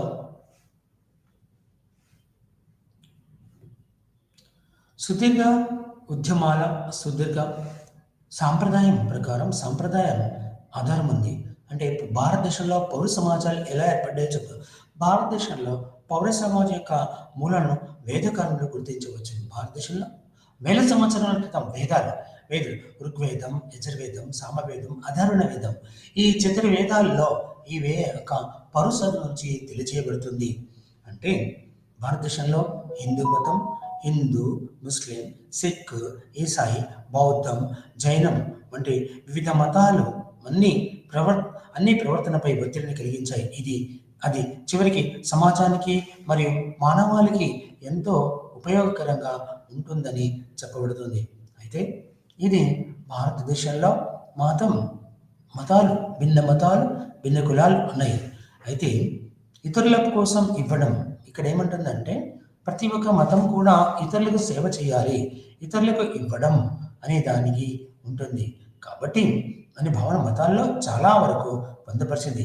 మనకు భారతదేశంలో దాన్ అంటే మనం దానం చేయడం అనేది దాన్ అనే సిక్కు మతంలో దస్వంత్, హిందూ మతంలో దానం, సిక్కు మతంలో దస్ దశ్ దశ్వంత్ మరియు ఇస్లాంలో జకత్. వీళ్ళు జకత్ ఎక్కడ చేస్తారు? ముస్లింలు రంజాన్ పండుగ 30 రోజులు వాళ్ళు తాము సంపాదించిన కొంత భాగాన్ని 10% వాళ్ళు దానానికి కిందికి ఇస్తారు. అలాగే సిక్కులు దశ్ దశ్వంత్ అనే విధానంతోనే పేదలకు సహాయం చేస్తారు. వాళ్ళు ఇక్కడ ఏంటంటే సిక్కు గురుద్వారాలో వాళ్ళు లంగర్ ఏర్పాటు చేస్తారు. పేదలకు ప్రతిరోజు వాళ్ళకు రోటీ అనే అన్నదానం చేస్తూ ఉంటారు. ప్రతిరోజు ఎంతమంది వస్తే అంతమందికి వాళ్ళు ఇచ్చారు. నేను కూడా స్వర్ణ దేవాలయం చిక్కుల యొక్క పవిత్ర దేవాలయం ఉన్న స్వర్ణ వెళ్ళాను. అక్కడ లంగర్ జరుగుతుంది. వాళ్ళు అందరూ కూడా కడుగుతుంటారు, తుడుస్తారు, ఊడుస్తారు. ప్రతి ఒక్కరూ ఆ యొక్క స్వచ్ఛంద కార్యక్రమంలో పాల్గొంటారు. మధ్యయుగ కాలంలో కూడా విద్య మరియు ఆరోగ్యానికి సంబంధించిన సంక్షేమ కార్యక్రమం స్వచ్ఛంద సంస్థ చురుకుగా పాల్గొంటారు. విద్య మరియు ఆరోగ్యం అయితే రామకృష్ణ మిషన్ వాళ్ళు ప్రతి సండే ఒక ఊరికి వెళ్ళి వాళ్ళు నిస్వార్థంతో వాళ్ళు మెడికల్ క్యాంప్ నిర్వహిస్తారు. అందులో నేను కూడా ఒక 10 సంవత్సరాలు సేవా కార్యక్రమాలకు వెళ్ళేవాడిని. ఉదయం 10 నుంచి 1 గంట వరకు వెళ్ళాం. ఒక కార్యక్రమాలు జరిగేవి. ఒక ఊరికి వెళ్ళి మందులు ఇచ్చేవాళ్ళం. అంటే వైద్యం, విద్య కూడా కొన్ని ప్రాంతాల్లో కొందరు తమ యొక్క విద్యావంతులు పేద విద్యార్థులకి విద్యను ఇచ్చేవారు. అయితే ఇవన్నీ కూడా మనం స్వచ్ఛంద సంస్థల యొక్క చురుకుగా పాల్గొంటున్నాయి భారతదేశం నలుమూలలా. అలాగే 19వ శతాబ్దంలో వివిధ సంస్కృతులు ఉద్యమాల వెనుక ఉన్న బ్రహ్మ సమాజం, ఆర్య సమాజం, థియోపాజికల్ సొసైటీ, రామకృష్ణ మిషన్ వంటి వివిధ సామాజిక సమూహాల ఆవిర్భావం చూసేందుకు సిఎస్ఓలకు వ్యతిరేకంగా ప్రజా సమీకరణ జరిగింది. భారతదేశం యొక్క స్వాతంత్ర పోరాటంలో వివిధ ఎన్జిఓలు, నాన్ గవర్నమెంటల్ ఆర్గనైజేషన్లు మరియు స్వచ్ఛంద సంస్థలు చురుకుగా పాల్గొనడం జరిగింది. మహాత్మా గాంధీ నాయకత్వంలో ప్రజలను సమీకరించి పౌర సమాజం కోసం ఒక స్థలాన్ని సృష్టించారు. ఇది సత్యాగ్రహం, సత్యం మరియు అహింస, సహాయ నిరాకరణ మరియు శాసనోల్లంఘన వంటి ఉద్యమాలను విజయంతంగా నిర్వహించి స్వతంత్రం సుందర్లాల్ బహునా నేతలోని చిప్కో ఉద్యమాలు లేదా ఇటీవల అన్నా హజారే అవినీతి వ్యతిరేక నిరసన వంటి ఉద్యమాలను చూడవచ్చును. అంటే అన్నా హజారే ఏం చేశారు? లోక్పాల్ దేశం మొత్తానికి రాష్ట్రాల్లో లోకాయుక్తలను ఏర్పాటు చేసి అవినీతిని అంతమొందించడానికి అందులో భారతదేశంలో జన్ లోక్పాల్ అనే బిల్లు వచ్చినప్పుడు ప్రధానమంత్రి కూడా ఆ చట్ట పరిధిలోకి వచ్చేలాగా తీసుకురావాలని ఈ యొక్క అన్నా హజారే ఎన్నో రోజులు హంగర్ స్ట్రైక్ చేశాడు. భోజనం లేకుండా తను ఆ యొక్క సహాయ నిరాకరణ ఉద్యమాన్ని మొదలు పెట్టాడు. అంటే అహింస మరియు సత్యాగ్రహం విజయంతంగా నిర్వహించబడుతుంది. సహాయ నిరాకరణ శాసనం వంటి ఉద్యమాలకు ఎంతో మందికి స్ఫూర్తిదాయకంగా ఈ యొక్క స్వాతంత్ర పోరాటంలో కూడా ఈ యొక్క పౌర సమాజం యొక్క ఉద్దేశాలు మనకు తెలియజేయబడుతుంది. అలాగే సహాయ నిరాకరణ శాసనంగా వంటి ఉద్యమాలను విజయవంతంగా నిర్వహిస్తుంది. స్వాతంత్రం సుందర్లాల్ బహుగుణ నేతృత్వంలోని చిప్కో ఉద్యమాలు లేదా ఇటీవల అన్నా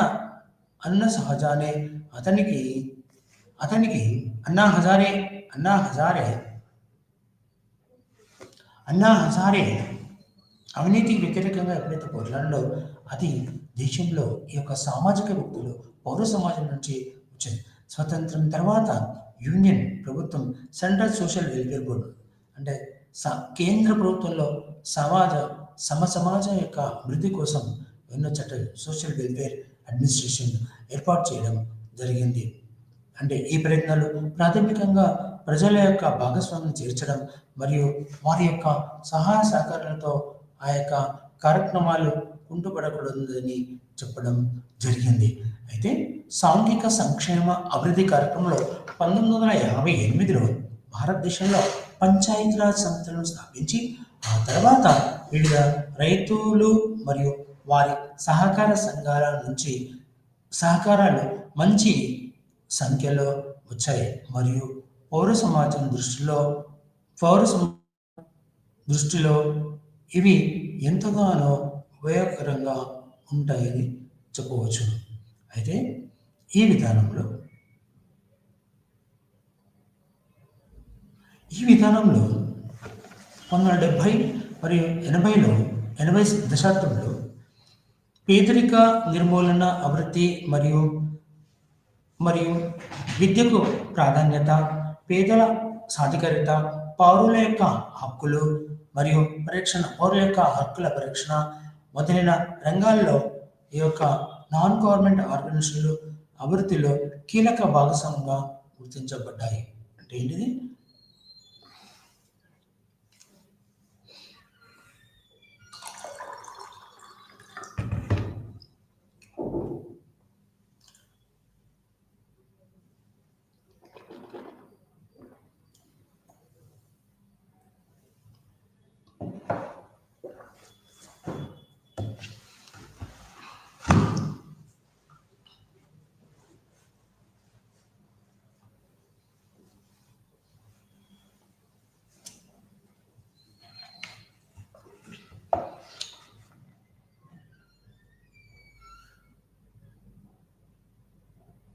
అయితే ఎప్పుడైతే 1990 దశకంలో 1990 సంవత్సరంలో ఎల్పిజి వచ్చింది. ఎల్పిజి లిక్విడ్ పెట్రోలియం గ్యాస్ కాదు, లిబరలైజేషన్, ప్రైవేటైజేషన్, గ్లోబలైజేషన్, ప్రైవేటీకరణ, సరళీకరణ, ప్రపంచీకరణ, ఎన్జిఓలతో నాన్ గవర్నమెంట్ అంశాల పాత్ర పెరిగింది. ప్రపంచ బ్యాంక్ మరియు ఐఎంఎఫ్, ఇంటర్నేషనల్ మానిటరీ ఫండ్, ప్రపంచ ద్రవ్యనిధి వంటి అంతర్జాతీయ సంస్థలు అభివృద్ధి చెందుతున్న దేశాలకు సహకారాలను అందించడానికి ఇది ఎంతో ఉపయుక్తంగా వచ్చిన సంస్థలు.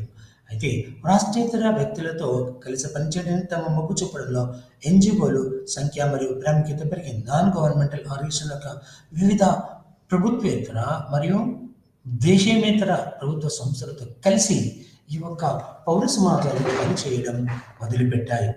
అంటే ఎన్జిఓలు సంఖ్య మరియు ప్రాముఖ్యత పెరిగింది. 21వ శతాబ్ద ప్రారంభంలో భారతదేశంలో పౌర సమాచార చట్టం ఆర్టీఐ 2005 అమలుకు ప్రధాన చొరవ చూపింది.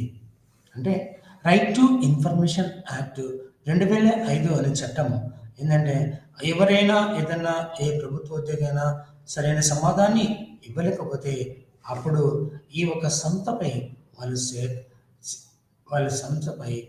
వాళ్ళ మీద చర్య తీసుకునే అవకాశం ఎంతో ఉంది. అయితే ఈ యొక్క విధానంలో ఆధునికంగా ఎప్పుడైతే సమాచార సాంకేతిక చట్టం 2005 వచ్చిందో అప్పుడు ఈ యొక్క వ్యక్తి భార్యాభర్తల మధ్య ఉన్న అనుబంధాన్ని మరియు వాళ్ళ యొక్క తెలివితేటలన్నీ కూడా ఈ ఒక్క సంఘం వాళ్ళు మెల్లిమెల్లిగా అర్థం చేసుకోగలిగారు. ఇది ఈ యొక్క విధానంలో మనకు తెలియజేసేది ఏమందంటే డాక్టర్ రమేష్ శరణ్ ప్రకారం భారతదేశంలో సివిల్ సొసైటీ ఆర్గనైజేషన్స్ కొన్ని రకాలుగా ఉన్నాయి.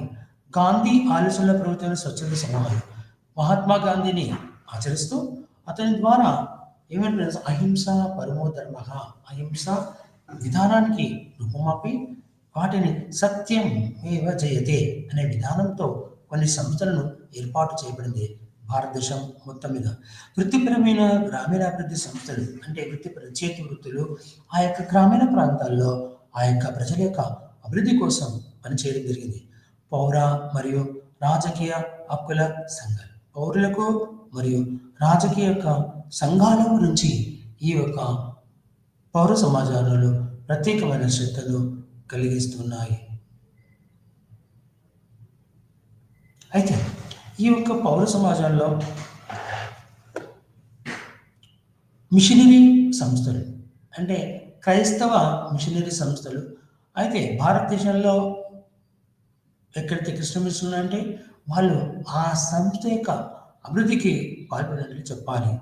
ఉదాహరణకి మనం ఏదైతే ఉదయం ఉంటుందో, ఉదయం లేచిన దగ్గర మీరు బయటకు వచ్చేసరికి మీరు చక్కగా తమ యొక్క జీవన విధానంలో ఎన్నో రకమైన మార్పులను తీసుకురావడానికి ఆస్కారం కలదు. కాబట్టి మిషనరీలు, క్రైస్తవ మిషనరీలు అన్నీ కూడా పౌర సమాజంలో విద్య, వైద్యం వీటికి ప్రాధాన్యత ఇచ్చి ఆ పౌర సమాజం యొక్క అభివృద్ధికి ఈ యొక్క మిషనరీలు కూడా ఎంతగానో తోడ్పాటు పడ్డాయి.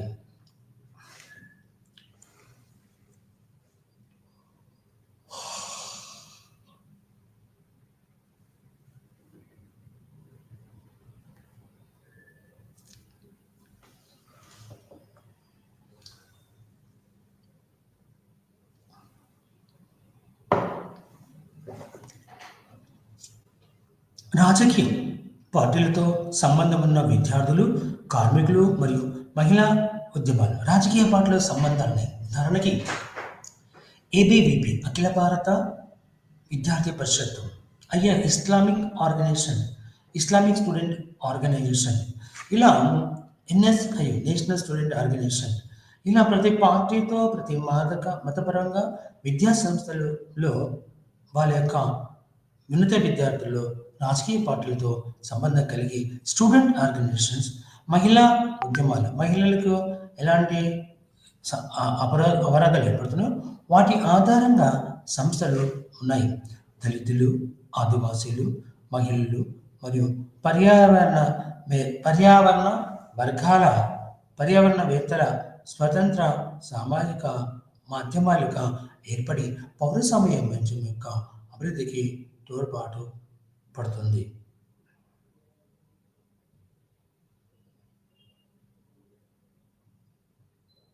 అయితే ఈ యొక్క పౌర సమాజంలో మైనారిటీ సమూహాలు అంటే భారతదేశంలో 6 మైనారిటీ వారు ఎవరంటే మహమ్మదీయులు, క్రైస్తవులు, సిక్కులు, పార్సీలు, బౌద్ధులు, జైనులు. వీళ్ళని మైనారిటీస్ అంటారు. ఈ మైనారిటీస్ అల్పసంఖ్యాక వర్గాలు. మైనారిటీలు అంటే అల్పసంఖ్య. వీళ్ళు కూడా పౌర సమాజాన్ని వాళ్ళ యొక్క ఆధారం చేత, వాళ్ళ మతాధికారం చేత పౌర సమాజాన్ని ఏర్పాటు చేసుకుని వారి యొక్క అభివృద్ధి కోసం ఎంతగానో తోడ్పాటు చేయబడుతుంది.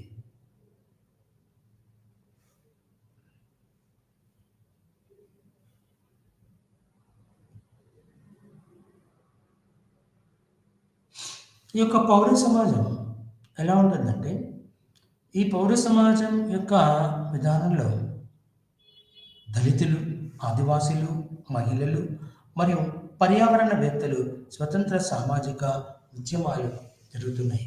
నేడు కులం ఆధారంగా సామాజిక పరంగా వెనుకబడిన తరగతుల వాళ్ళందరికీ కూడా తమ యొక్క అధికారాన్ని తెలియజేస్తున్నారు.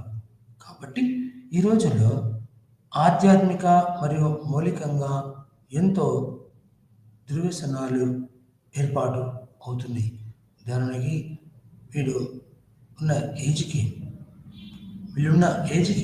చిన్న 16 ఏళ్ళలోపు ఉన్న వాళ్ళందరూ కూడా పనికి వెళ్తున్నారు. ఆ పని ప్రకారం ఆ జీవన విధానంలో ఆ యొక్క కుటుంబ పరిస్థితులకి అనుగుణంగా ఈ యొక్క పౌర సమాజం తమ యొక్క కార్యకలాపాలను నిర్వహించాల్సిన ఆవశ్యకత ఉంది. అయితే ఆధ్యాత్మిక మరియు మౌలిక సహాయక ఆధ్యాత్మిక అంటే హిందూ, ముస్లిం, సిక్, ఇసాయి, క్రైస్తవ మిషనరీలు, మహమ్మదీయుల్లో ఉన్న అనేకమైన రకాల ముస్లింలు తమ యొక్క ఆ సమాజం యొక్క అభివృద్ధి కోసం పౌర సమాజాన్ని ఏర్పాటు చేసి ఆ యొక్క కమ్యూనిటీ, ఆ యొక్క ముస్లిం వ్యవస్థల యొక్క ఆడ మగ తేడా లేకుండా వాళ్ళకి సహాయ సహకారాన్ని అందించడానికి ఈ సివిల్ సొసైటీ ఎంతగానో ఉపయోగపడుతుంది. ఈ విధానంలో సివిల్ సొసైటీ యొక్క పాత్ర అంటే పౌర సమాజం యొక్క పాత్ర, సివిల్ సొసైటీ పాత్ర, పౌర సమాజం యొక్క పాత్ర.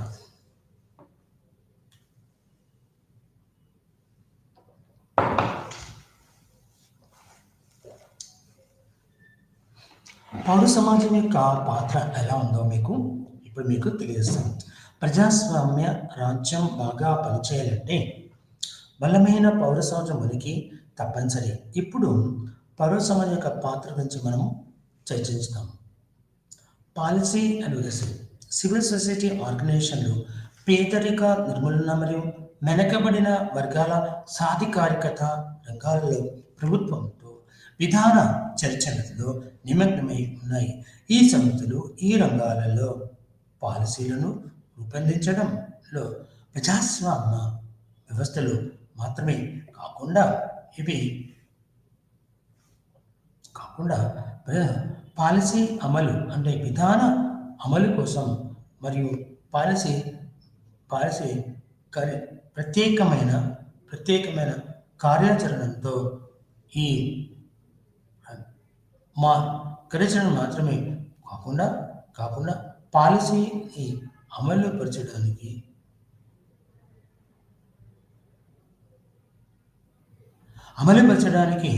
ఏమంటారంటే పాలసీ పర్యవేక్షణ మరియు సమీక్షలో కూడా ప్రభుత్వానికి సహాయపడతాయి. సేవ్ ది చిల్డ్రన్ ఇండియా అనే బాలల హక్కుల పునరుద్ధరణ కోసం ఈయన ఒక ఇంటర్నేషనల్ ఆర్గనైజేషన్ ఎక్కడైతే ఉందో ఐక్యరాజ్య సమితి ఉందో ఆ ఐక్యరాజ్య సమితికి వీళ్ళు ఎంతగా ఉపయోగపడతారు. కాబట్టి సేవ్ ది చిల్డ్రన్ ఇండియా అనేది బాల హక్కుల నిర్ణయాల కోసం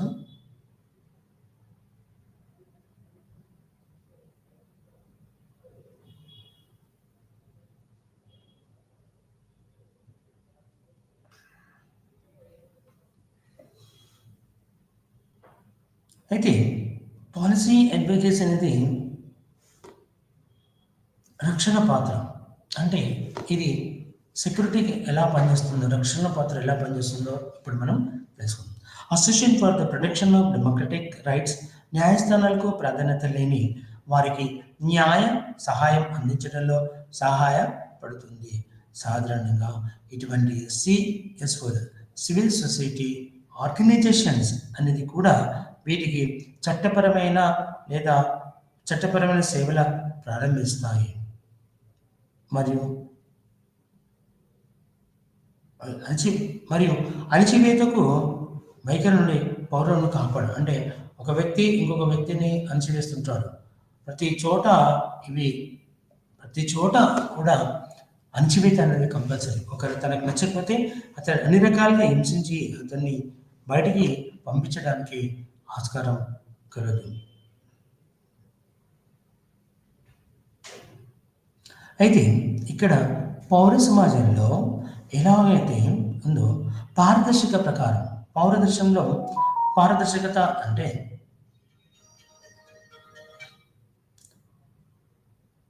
పారదర్శకత అనేది మనకు తెలియజేస్తుంది. అంటే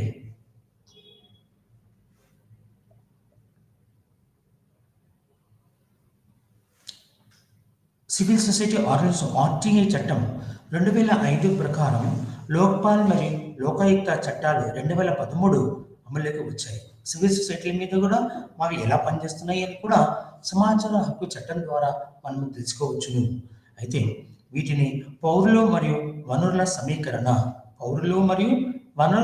సమీకరణ ఈ సంస్థలు నిమగ్నమై అభివృద్ధి చెందిన పనుల్లో కమ్యూనిటీలుగా భాగస్వాములు చేరాయి.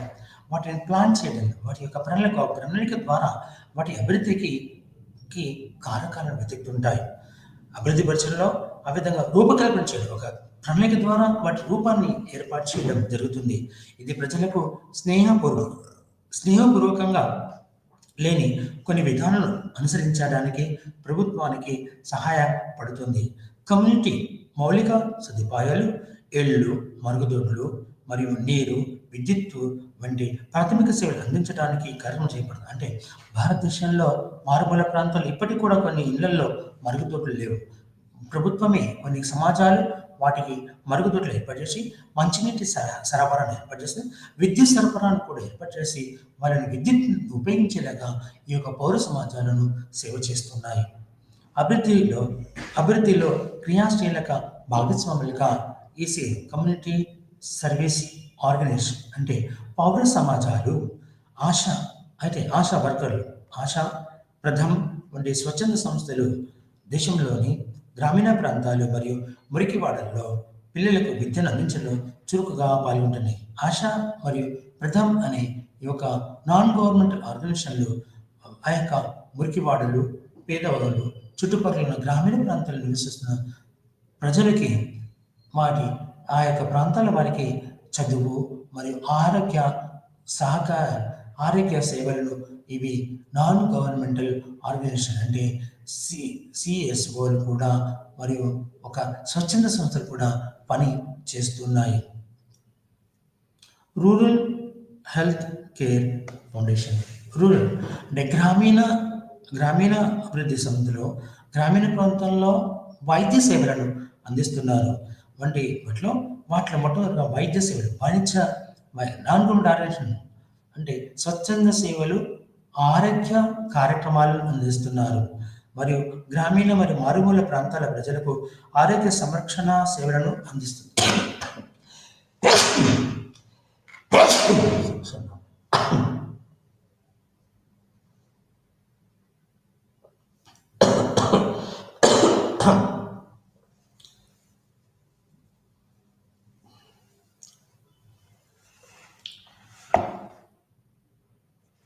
వివిధ సంస్థల ద్వారా ఆ సంస్థలు ఏర్పాటు చేసి ఆ సంస్థల ద్వారా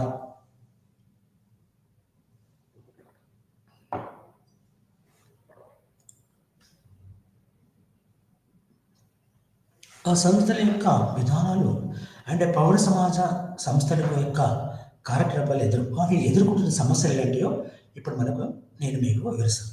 ఈ పౌర సమాజాలు అంటే సివిల్ సొసైటీ ఆర్గనైజేషన్ ఎదుర్కొంటున్న సమస్యలు మొట్టమొదటిగా పౌర సమాజ సంస్థ తగిన ఆర్థిక వనరులు లేవు.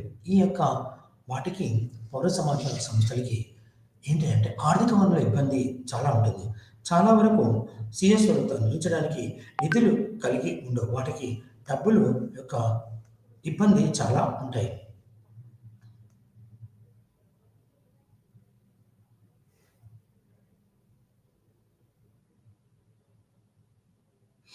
అయితే వారు సేవ చేసే వ్యక్తులకు చెల్లించే సామర్థ్యం లేదు. అందువల్ల అవి స్వీకరించిన ఆధారపడి అంటే ఎవరైతే నిధులు ఇస్తారో ఆ నిధుల మీద ఆధారపడి అక్కడ సర్వీస్ ఇస్తూనే లాభాపేక్ష లేకుండా సేవ చేస్తారు. కాబట్టి కొంతమంది ధనవంతులు తర్వాత మంచి వ్యక్తులు వాటికి సేవా సహకారాలు ఆర్థిక సహాయ సహకారాలు అందించడం మూలంగా ఆ సంస్థలు నడుస్తూ ఉంటాయి. ప్రభుత్వేతర సంస్థలు అంతర్జాతీయ సంస్థల నుండి నిధులు ఇప్పుడు అంతర్జాతీయ నిధులతో ఏకకాలంలో కొరతతో సివిల్ సొసైటీస్ ఆర్గనైజేషన్ యొక్క ఆర్థిక సమర్థత పెరిగింది. కొంతకాలం వరకు కొన్ని రాష్ట్ర మరియు కేంద్ర మరియు ప్రపంచ దేశాలు కొన్ని సహాయ సహకారం ఆర్థిక సహకారం తెచ్చి కొన్నిసార్లు ఆ ఆర్థిక సహకారం అందకపోతే ఆ సంస్థలు మూతపడడానికి ఆస్కారం కలదు. తగినంత ప్రొఫెషనల్ మరియు శిక్షణ పొందిన సిబ్బంది అంటే ఈ యొక్క స్వచ్ఛంద సంస్థలో వృత్తిపరమైన మరియు శిక్షణ పొందిన సిబ్బంది యొక్క భారీ కొరత అంటే బాగా నేర్పడతలు ఉండి సేవా భావంతో కలిగి ఉన్న వ్యక్తుల యొక్క కొరత బాగా అధికంగా ఉంటుంది.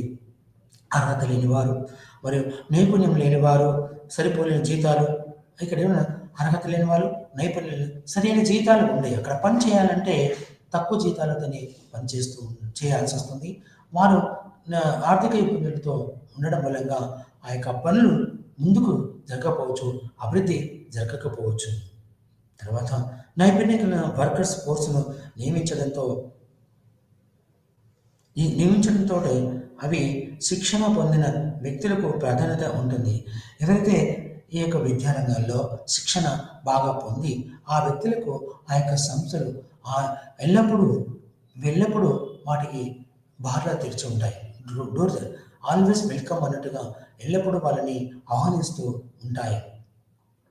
అయితే వెనుకబడిన వారి కంటే ఉన్నత నగరాలు మరియు కార్యాలయాల్లో పనిచేయడానికి మొగ్గు చూపుతున్నాయి మరియు అభివృద్ధి చెందడానికి ఆ ప్రాంతాలు అభివృద్ధి చెందడానికి ఈ యొక్క సివిల్ సొసైటీలు ఎంతగానో ఉపకరయుక్తంగా ఉన్నాయి. జవాబుదారీతనం సమస్యలు అంటే సిఎస్ఓలు సివిల్ సొసైటీ ఆర్గనైజేషన్లు అంటే పౌర సేవా సమాజాలు వేధిస్తున్న సమయంలో ఒకటి వారి స్వంత ఆపరేషన్ మరియు పనిలో జవాబుదారితనము, ముఖ్యంగా ఆర్థిక విషయాల్లో జవాబుదారితనం మరియు పారదర్శకత లోపించింది. ఈ సంస్థలు నిధులు దుర్వినియోగం చేసి సంఘటనలు పేర్కొన్నాయి. అంటే ఆ సంస్థకు వచ్చిన నిధులు పక్కదారిని పట్టించి స్వార్థ దానికో లేకపోతే ఇంకేమీ దానికి ఉపయోగించడం వల్ల ఆ యొక్క సంస్థ అభివృద్ధి పథంలో నోచుకోకపోవడానికి ముఖ్య కారణంగా అది స్వార్థభరితమైనది. అయితే ఈ సంస్థ నిధులు దుర్వినియోగం చేసిన సంఘటనలు బాగా పెరిగిపోతున్నాయి. 2000 జనవరి 2017లో గౌరవనీయులు దాదాపు 30 లక్షల స్వచ్ఛంద సంస్థలు ఆడిట్కు భారత అత్యున్నత న్యాయస్థానం పిలుపునిచ్చింది. ఎన్జిఓలు తమకు వచ్చిన డబ్బుతో చేసిన ఖర్చు లెక్కించడంలో విఫలమైన నేపథ్యంలో ఈ చర్య తీసుకోబడింది. అంటే కొన్నిసార్లు ఎంత డబ్బు వచ్చింది, ఎంత నిధులు వచ్చాయి, ఆ నిధులు దేనికోసం ఖర్చు పెట్టి చూపించడంలో విఫలమయ్యాయి. ప్రభుత్వం, సివిల్ సొసైటీలు ఇంటర్ఫేస్ అంటే ప్రభుత్వంలో పౌర సమాజాలు భాగస్వామ్యం విజయవంతం కావడానికి దోహదపడింది. అనేక సాంఘిక మరియు అభివృద్ధి కార్యక్రమాల అమలు కోసం ఇది ఎంతగానో ఉపయోగపడుతుంది.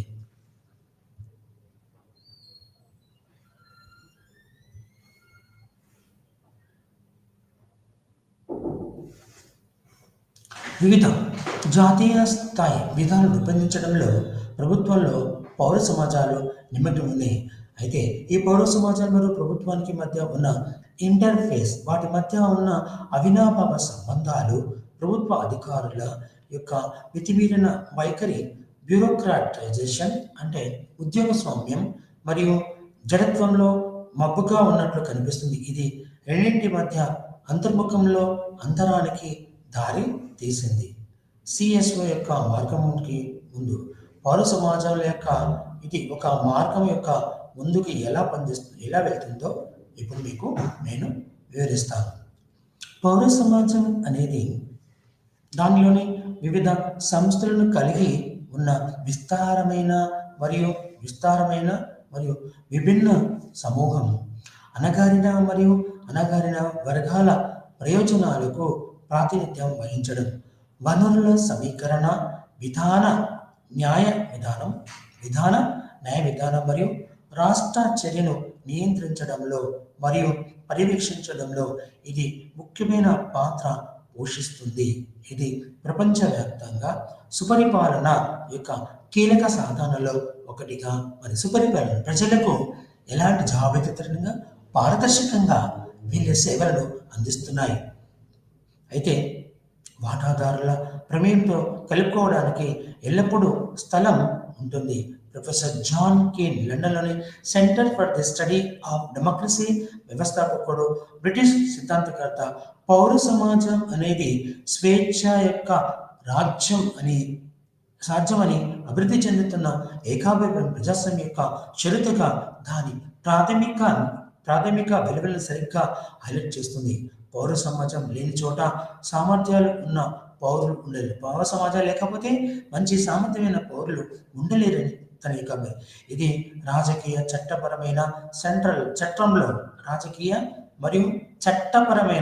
చట్టంలో వారి గుర్తింపులు, అర్హతలు మరియు విధులను ఎంచుకోవడంలో పౌరులను అనుమతి ఇస్తుంది.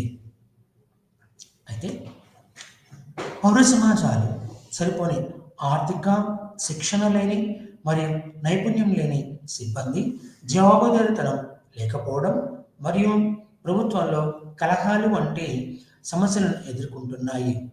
ఇవి చివరికి నిర్దేశించిన లక్ష్యాలను చాలా పరతీయ సాధనకు దారి తీస్తున్నాయి.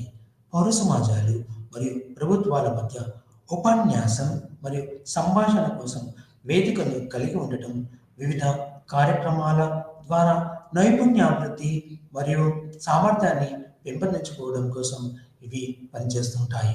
అలాగే సంస్థల యొక్క సామాజిక మరియు పనితీరు ఆడిట్ యొక్క నిబంధనలను కలిగి ఉంది. ఆడిట్ అంటే ఎంత ఖర్చు చేస్తారో అక్కడ దొంగతనం తేలిపోతుంది.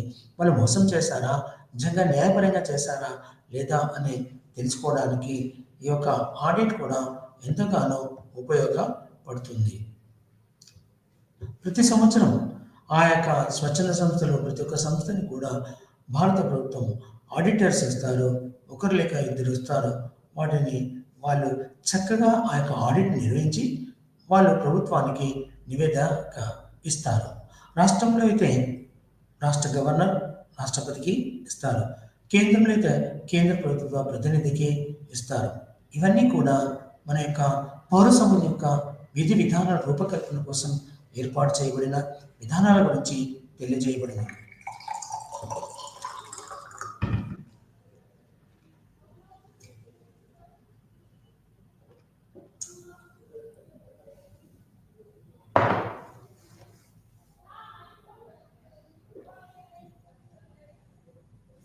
అయితే వివిధ కార్యక్రమాల ద్వారా నైపుణ్యాభివృద్ధికి మరియు సామర్థ్యాన్ని పెంపొందించుకోవడానికి మరియు సంస్థల యొక్క సామాజిక మరియు పనితీరు ఆడిట్ను కూడా ఉండడం ద్వారా అటువంటి సమస్యలను పరిష్కరించడానికి ప్రయత్నం జరుగుతున్నాయి. వీరి నిర్దిష్ట కేస్ స్టడీని సంప్రదించవచ్చు. అంటే ఆ కేస్ స్టడీ ఆ యొక్క సమస్య యొక్క పరిష్కార మార్గానికి ప్రయత్నించవచ్చును. సూచనలు మరియు తదుపరి పఠనాలు.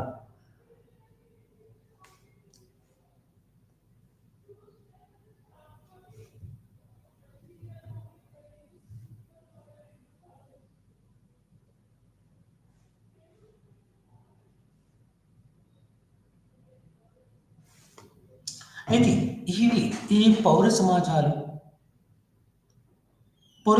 వారికి సరైన ఆర్థిక మరియు శిక్షణ లేని నైపుణ్యం లేని సిబ్బంది ఉండడంతో వాళ్ళు జవాబుదారీతనం లేకపోవడం, అంటే అందులో ఉన్న పనిచేసే వ్యక్తులు కూడా చేసినట్టుగా వాళ్ళు తమ యొక్క బాధ్యతలను నిర్వర్తించే సరైన పద్ధతిలో నిర్వహించకపోవడము, వాళ్ళ బాధ్యత రీతిగా వెళ్ళడం పోవడం వల్ల ఆ యొక్క సంస్థలు బాగా అభివృద్ధి చెందకపోవచ్చును. అలాగే వాళ్ళు జవాబుదారీతనం అంటే పారదర్శకంగా పనిచేసిన జవాబుదారీతనం అంటే ఏం చేస్తారు, ఎలా చేస్తున్నారు, దేనికోసం పనిచేస్తున్నారు అనే విధానానికి తెలియచేయడానికి ఆస్కారం కలదు. అయితే నిర్దేశించిన లక్ష్యాలను పరదేయ సాధనకు దారితీస్తాయి. వాటి యొక్క లక్ష్యం ఒక ఎన్జిఓ తన యొక్క ఏదైతే ఉద్దేశంతోని ఏదైతే లక్ష్యంతోని ఆ సంస్థని ఏర్పాటు చేస్తారో ఆ సంస్థ యొక్క అభివృద్ధి కార్యక్రమాలు కావచ్చు, ఆ సంస్థ పరిధిలోని సమాజం కావచ్చు, ఆ సమాజంలో నివసిస్తున్న ప్రజలకు అభివృద్ధి చెందడానికి వైద్యం, విద్య మరియు ఆరోగ్యం వాటి యొక్క వివిధ ఉపాధి కార్యక్రమాలు కొన్ని సంస్థలు కొన్ని పౌర సమాజాలు ఆ పౌరుల యొక్క జీవన విధానం యొక్క మార్పుల కోసం వారికి ఎన్నో రకాలైన వృత్తి విద్యా కోర్సులు కావచ్చు, వృత్తి నైపుణ్యాలను ఏర్పాటు చేసి వారి తమ యొక్క కుటుంబానికి అండగా నిల్చోవడానికి ఈ యొక్క పౌర సమాజాలు కృషి చేస్తున్నాయని చెప్పవచ్చును.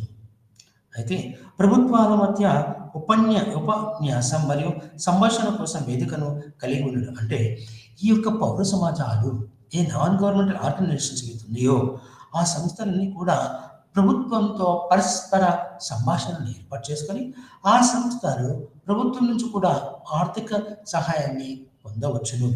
వివిధ కార్యక్రమాల ద్వారా అంటే మెడికల్ క్యాంప్స్, ఆరోగ్య కార్యక్రమాలు కావచ్చు, నిరుపేద నిర్మూలన కార్యక్రమాలు కావచ్చు, లేకుంటే సమాజంలో ఉన్న వివిధ రుగ్మతలను తొలగించడానికి, సాంఘిక భేదభావాలను కూడా పారదొలడానికి ఈ యొక్క ఎన్జిఓస్లు చక్కగా పని చేస్తున్నాయి.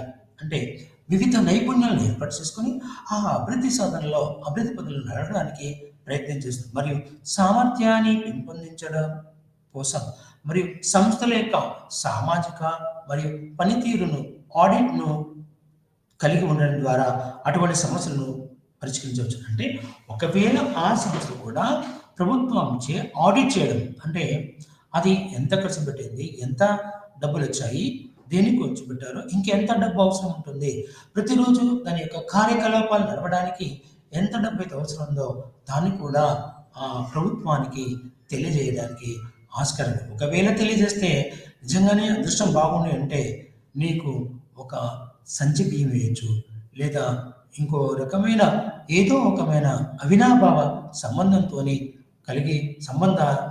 కలిగి ఉంటుందని చెప్పడం జరుగుతుంది.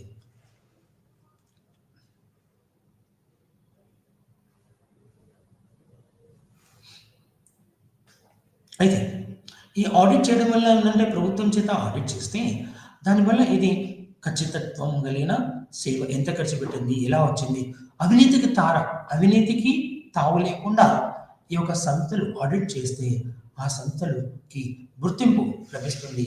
ఆ గుర్తింపు ద్వారా దాని యొక్క ప్రత్యేకత కొనసాగుతుందని చెప్పవచ్చు. అయితే దీని మీద ఏం చేస్తున్నానంటే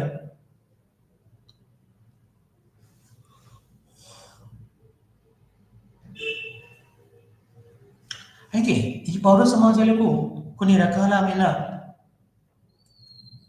ప్రపంచ బ్యాంక్ నుంచి కావచ్చు, ప్రపంచ దేశాల నుంచి కావచ్చు, వివిధ ఆర్థిక సహాయ సహకారాలు అందిస్తాయి. అంటే విదేశాల్లో నివసిస్తున్న భారతీయులు కావచ్చు, లేదా సంస్థలు ఒక సంస్థ నుంచి కోసం క్రిస్టియన్ మైనారిటీస్ ఉన్నాయనుకో, క్రిస్టియన్ కోసం వివిధ క్రిస్టియన్ కంట్రీస్ సహాయ సహకారాల ద్వారా ఆర్థిక సహకారంతో భారతదేశంలో మిషనరీలు పనిచేస్తున్నాయి. Christian machine.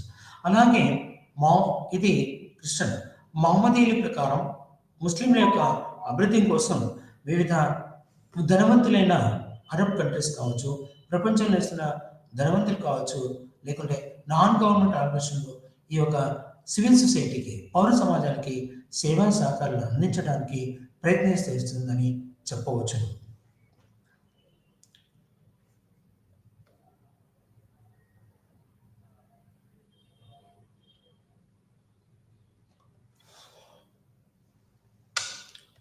ఇప్పటి వరకు మీకు నేను పౌర సమాజం పౌర సమాజం యొక్క రోల్ గురించి మీకు నేను తెలియజేస్తాను.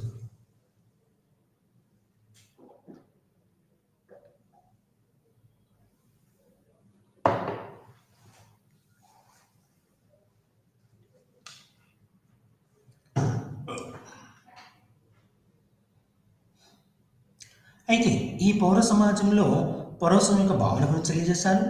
భారతదేశంలో పౌర సమాజం యొక్క పాత్రను తెలియజేశాను. వాటి ప్రభావవంతమైన పనితీరు, ప్రభావవంతమైన పనితీరు ప్రభు వేటి మీద ప్రభావితం చేస్తుంది. ఈ పౌర సమాజంలో వేటి మీద ప్రభావం చూపిస్తుంది. వివిధ సమస్యలను హైలైట్ చేయడం అంటే వాటిని ఎలా చూపిస్తుంది అనే దానికి చూపించబడుతుంది. వాటి తగిన సూచనల గురించి మీకు నేను తెలియజేశాను. అయితే ఈ పౌర సమాజాలు అనేటివి ఇవన్నీ కూడా స్వచ్ఛందమైన సంస్థలు. ఈ యొక్క పౌర సమాజం నేడు ఆధునిక ప్రపంచంలో, ఆధునిక భారతదేశంలో కూడా పౌర సమాజం యొక్క పాత్ర అతి ఉన్నతమైనదిగా చెప్పవచ్చును. ఎంతోమంది అనాథలకి, ఎంతోమంది అభాగ్యులైన మహిళలకి, పిల్లలకి ఈ యొక్క సేవా సహకార సంస్థలు, ఈ యొక్క పౌర సమాజాలే వాటికి అండగా ఉంటూ వారి యొక్క అభివృద్ధిలో హితోధికంగా పనిచేస్తున్నాయని చెప్పవచ్చును.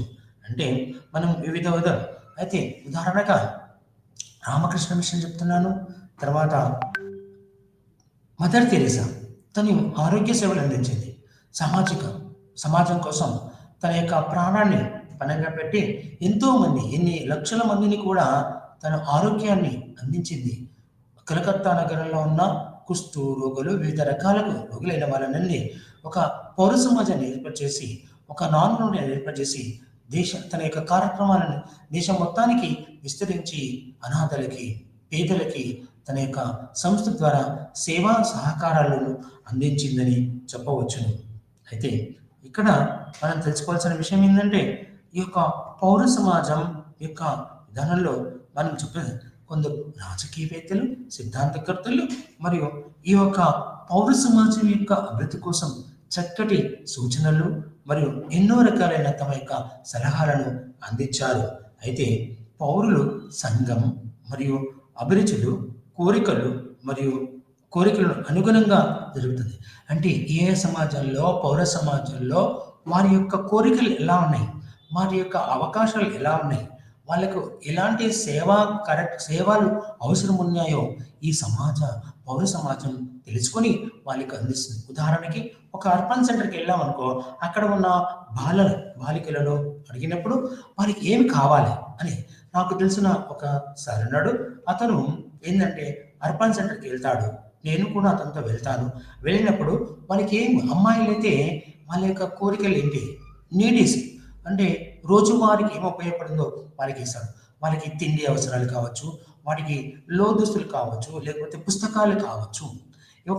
ఈ యొక్క నార్మల్ అవసరం స్కూల్‌లో పోయినప్పుడు స్కూల్‌ల ద్వారా పుస్తకాలను అందిస్తారు. ఇలా మనం చెప్పుకుంటూ పోతే ఎన్నో రకాలమైన సహకార సంఘాలను ఈ యొక్క నాన్ గవర్నమెంటల్ ఆర్గనైజేషన్స్ అంటే ఈ యొక్క పౌర సమాజం సేవలను అందిస్తూ పౌరులకు తమ యొక్క రూపురేఖలతో పాటు వాళ్ళకి కావాల్సిన వివిధ సహాయ సహకారాలను అందిస్తూ ఉన్నాయని మీకు నేను వివరిస్తూ నేడు చివరిగా పౌర సమాజంలో మనకు ఎలాంటి వ్యవస్థ ఉన్నారో వాటి గురించి మీకు నేను చక్కగా వివరించాను. నాకు శక్తి కొలది కోసం మీకు చెప్తున్నాను కాబట్టి మీరు ఈ యొక్క పౌర సమాజం ప్రజల యొక్క అభివృద్ధి కొరకును విద్య, వైద్యం మరియు ఆరోగ్యం విద్య, వైద్య సమతపడు కూడుగుడ్డ, నీడ విషయాల్లో కూడా ఈ యొక్క పౌర సమాజాలను తమ యొక్క కార్యక్రమాలు నిర్వహిస్తున్నాయని చెబుతూ ఇంతటితో నా యొక్క ఉపన్యాసం ఇక్కడే ముగిస్తాను. నమస్కారం. ఈరోజు మనం చెప్పుకునే సివిల్ సొసైటీ.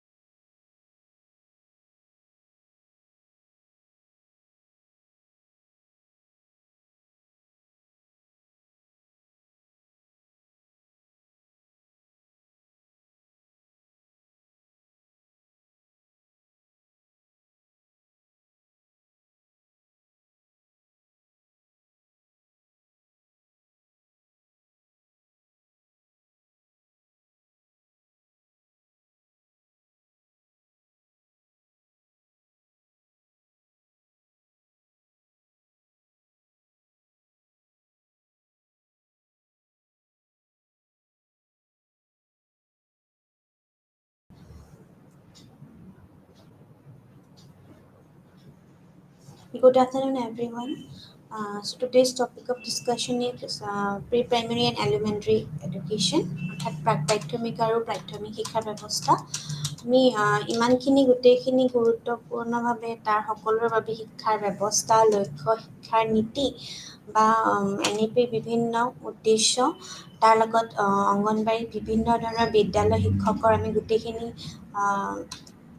যিমানখিনি উদ্যোগ আছে বা যিমানখিনি তাৰ লগত পৰামৰ্শ আছে গোটেইখিনি আলোচনা কৰিছোঁ বা ICT বেছ কেনেকৈ প্ৰাক-প্ৰাথমিক শিক্ষা ব্যৱস্থাত কেনেকুৱাকৈ এটা সুযোগ হিচাপে আমি ব্যৱহাৰ কৰিব পাৰোঁ বা ভাৰতবৰ্ষত প্ৰাক-প্ৰাথমিক শিক্ষা ব্যৱস্থা ব্যক্তিগতভাৱে বিদ্যালয়ৰভাৱে কেনেকুৱা ধৰণৰ কেন্দ্ৰৰ জৰিয়তে প্ৰদান কৰা হয় আমি এইখিনি ডিছকাছ কৰিছিলোঁ বা আমি কেৰেক্টাৰিষ্টিক্স অৰ্থাৎ প্ৰাক-প্ৰাথমিক শিক্ষা ব্যৱস্থাৰ যিমানখিনি আমাৰ বৈশিষ্ট্য সেইখিনিও আমি আলোচনা কৰিছোঁ।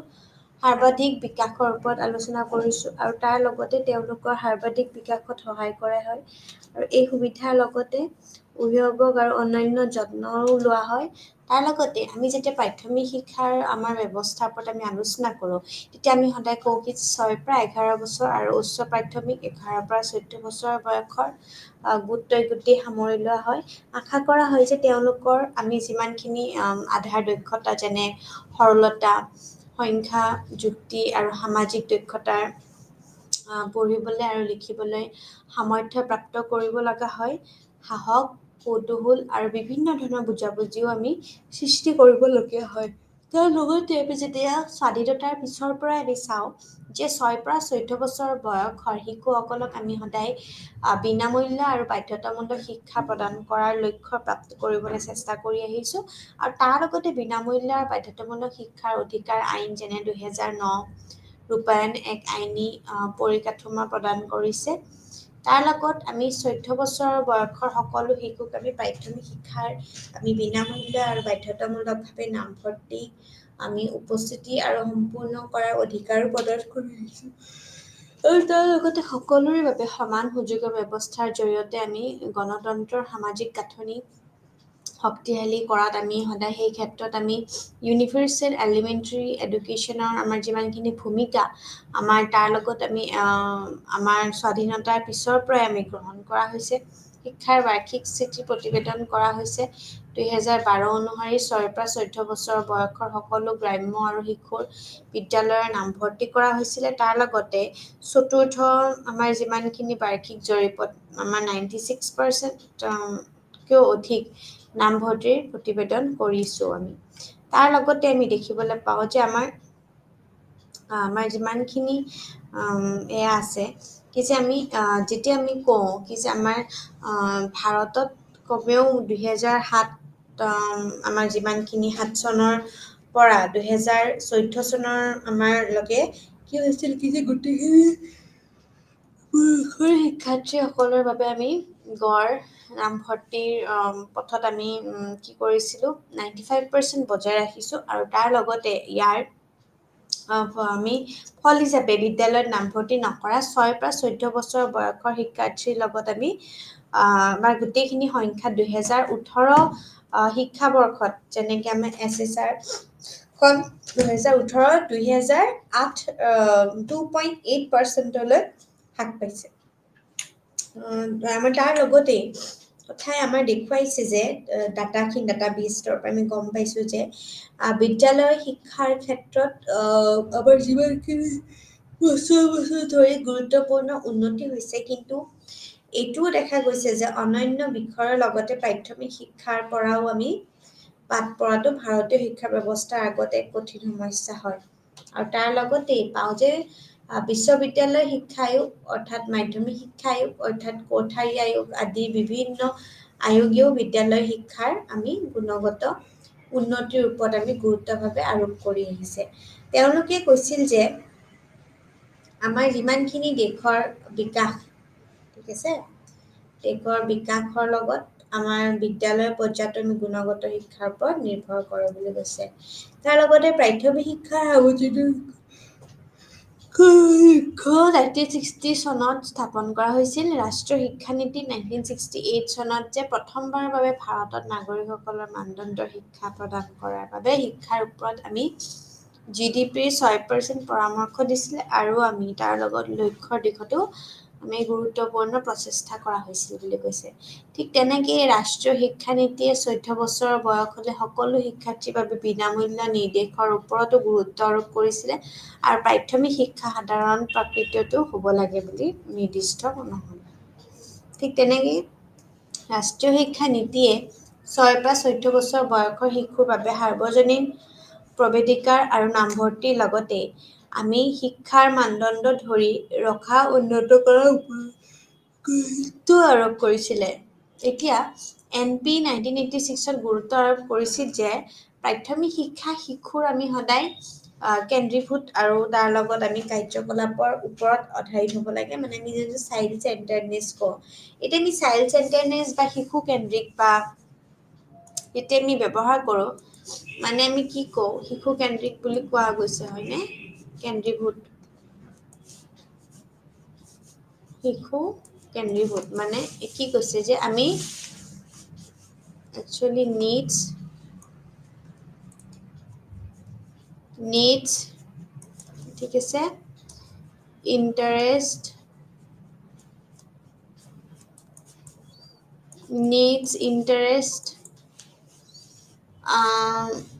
capacity,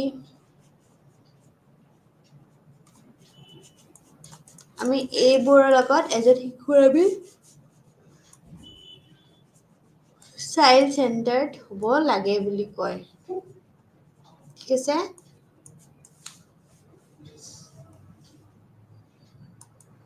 চাইল্ড চেণ্টাৰ্ড হ'ব লাগে।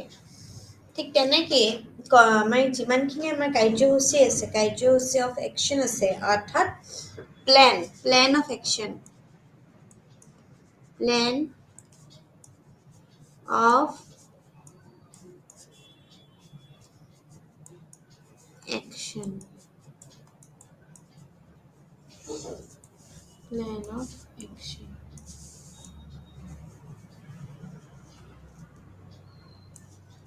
প্লেন অফ একশ্যন আছে, ঠিক আছে। 6 বা 14 বছৰ বয়সৰ শিশুৰ বাবে বিনামূল্য আৰু প্ৰয়োজনীয় শিক্ষাৰ ব্যৱস্থা কৰাটো আমি অৰিহণা যোগাইছিলে। প্ৰাথমিক শিক্ষাৰ স্থিতি উন্নত কৰাৰ বাবেও আমি অপাৰেশ্যন ব্লেকবোৰ্ড প্ৰগ্ৰেম দি শক্তিশালী কৰা হৈছিল বুলি কৈছে।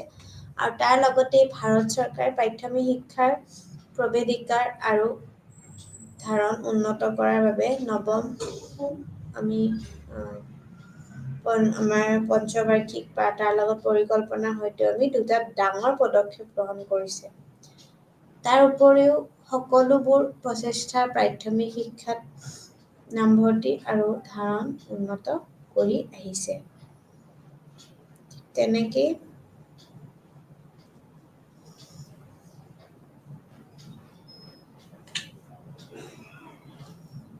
ফিচাৰ্ছ অফ এলিমেণ্টাৰী এডুকেশ্যন, গুণগত শিক্ষাৰ ওপৰত আমি কি হ'ব লাগে, গুৰুত্ব দিব লাগে।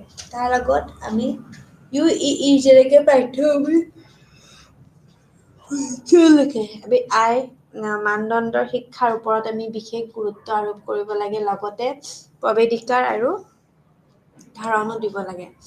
বিনিয়োগ হিচাপে প্ৰাথমিক শিক্ষাক আমি মানৱ সম্পদ বিনিয়োগ হিচাপে গণ্য কৰা হয়। ইয়াৰ উভতি অহাটো বহুগুণে আমাৰ টান হৈ পৰে। সাৰ্বজনীন প্ৰৱেশিকাৰ আৰু নামভৰ্তিৰ দিশত অগ্ৰগতি। ভাৰত চৰকাৰে প্ৰৱেশিকাৰ প্ৰদানৰ বাবে বিভিন্ন ক্ষেত্ৰত বিদ্যালয়ৰ সংখ্যা বৃদ্ধি কৰি আহিছে। 2015 বা 16 বৰ্ষৰ তথ্য অনুসৰি 8 বা আমাৰ 40 বা 545খন প্ৰাথমিক আৰু 4,29,624খন উচ্চ প্ৰাথমিক বিদ্যালয় আছে, যিয়ে আমাৰ UEE অৰ্থাৎ ইউনিভাৰ্চেল এলিমেণ্টাৰী এডুকেশ্যনৰ লক্ষ্য প্ৰাপ্ত কৰাত সহায় কৰি আহিছে। আৰু এই প্ৰাথমিক শিক্ষাত আমি কওঁ যে আমাৰ যিমানখিনি আছে তাৰ লগত আমি আমাৰ যিমানখিনি জনজাতি বা আমাৰ সংখ্যালঘু বা আমাৰ সম্প্ৰদায়ৰ লগত আমাৰ যিমানখিনি আমাৰ আছে সেইখিনিৰ লগতে আমি নিৰ্দিষ্ট কিছুমান আমাৰ জনজাতি বা শিশু আৰু বিশেষ প্ৰয়োজনীয়তা থকাও শিশুৰ বাবে আমি প্ৰাথমিক শিশুৰ আমি নামভৰ্তি যথেষ্ট বৃদ্ধি পোৱা বুলি দেখিব পাৰিছোঁ। এতিয়া আনহাতে সাৰ্বজনীন ধাৰণাৰ দিশত অগ্ৰগতি অৰ্থাৎ ধাৰণা হৈছে তাৰ লগত এক মুখ্য উদ্দেশ্য বিদ্যালয় পৰ্যায়ৰ পদক্ষেপ দেখুৱাইছে যে 2009 পৰা 10 বৰ্ষৰ পৰা প্ৰাথমিক শিক্ষাত ড্ৰপআউট হাৰ ক্ৰমান্বয়ভাৱে হ্ৰাস পাই আহিছে। মৌলিক মানৱ অধিকাৰ অৰ্থাৎ বিভিন্ন আন্তৰ্জাতিক সন্মিলন নীতি আৰু নথিপত্ৰও আমাক কি কৰিছে আমাৰ স্বীকাৰ কৰিছে যে বিনামূল্য শিক্ষাৰ অধিকাৰ আমি সকলোৰে বাবে আছে। ঠিক আছে, আমি এনেকুৱা নহয় যে এনে সন্মিলন সদায় আমি ভাৰতত বিনামূল্যৰ বাধ্যতামূলক শিক্ষা ব্যৱস্থাই কৰিব লাগিব বুলি কয়। আৰু তাৰ লগতে আমি কওঁ যে আমাৰ যিমানখিনি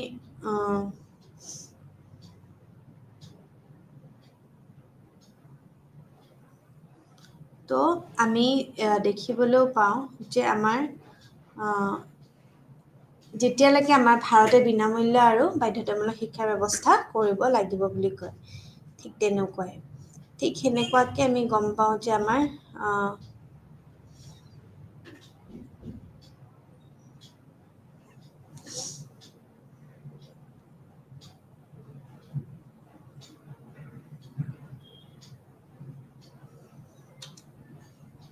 মধ্য ভোজনৰ কথা কৈছিলোঁ মই।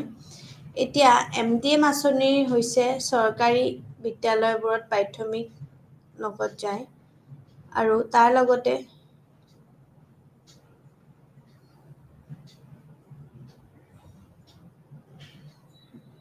এক অবিচ্ছেদ্য অংশ যিয়ে আয় বৃদ্ধিৰ লগত ধৰি ৰখাটো যথেষ্ট অৰিহণা যোগাইছে।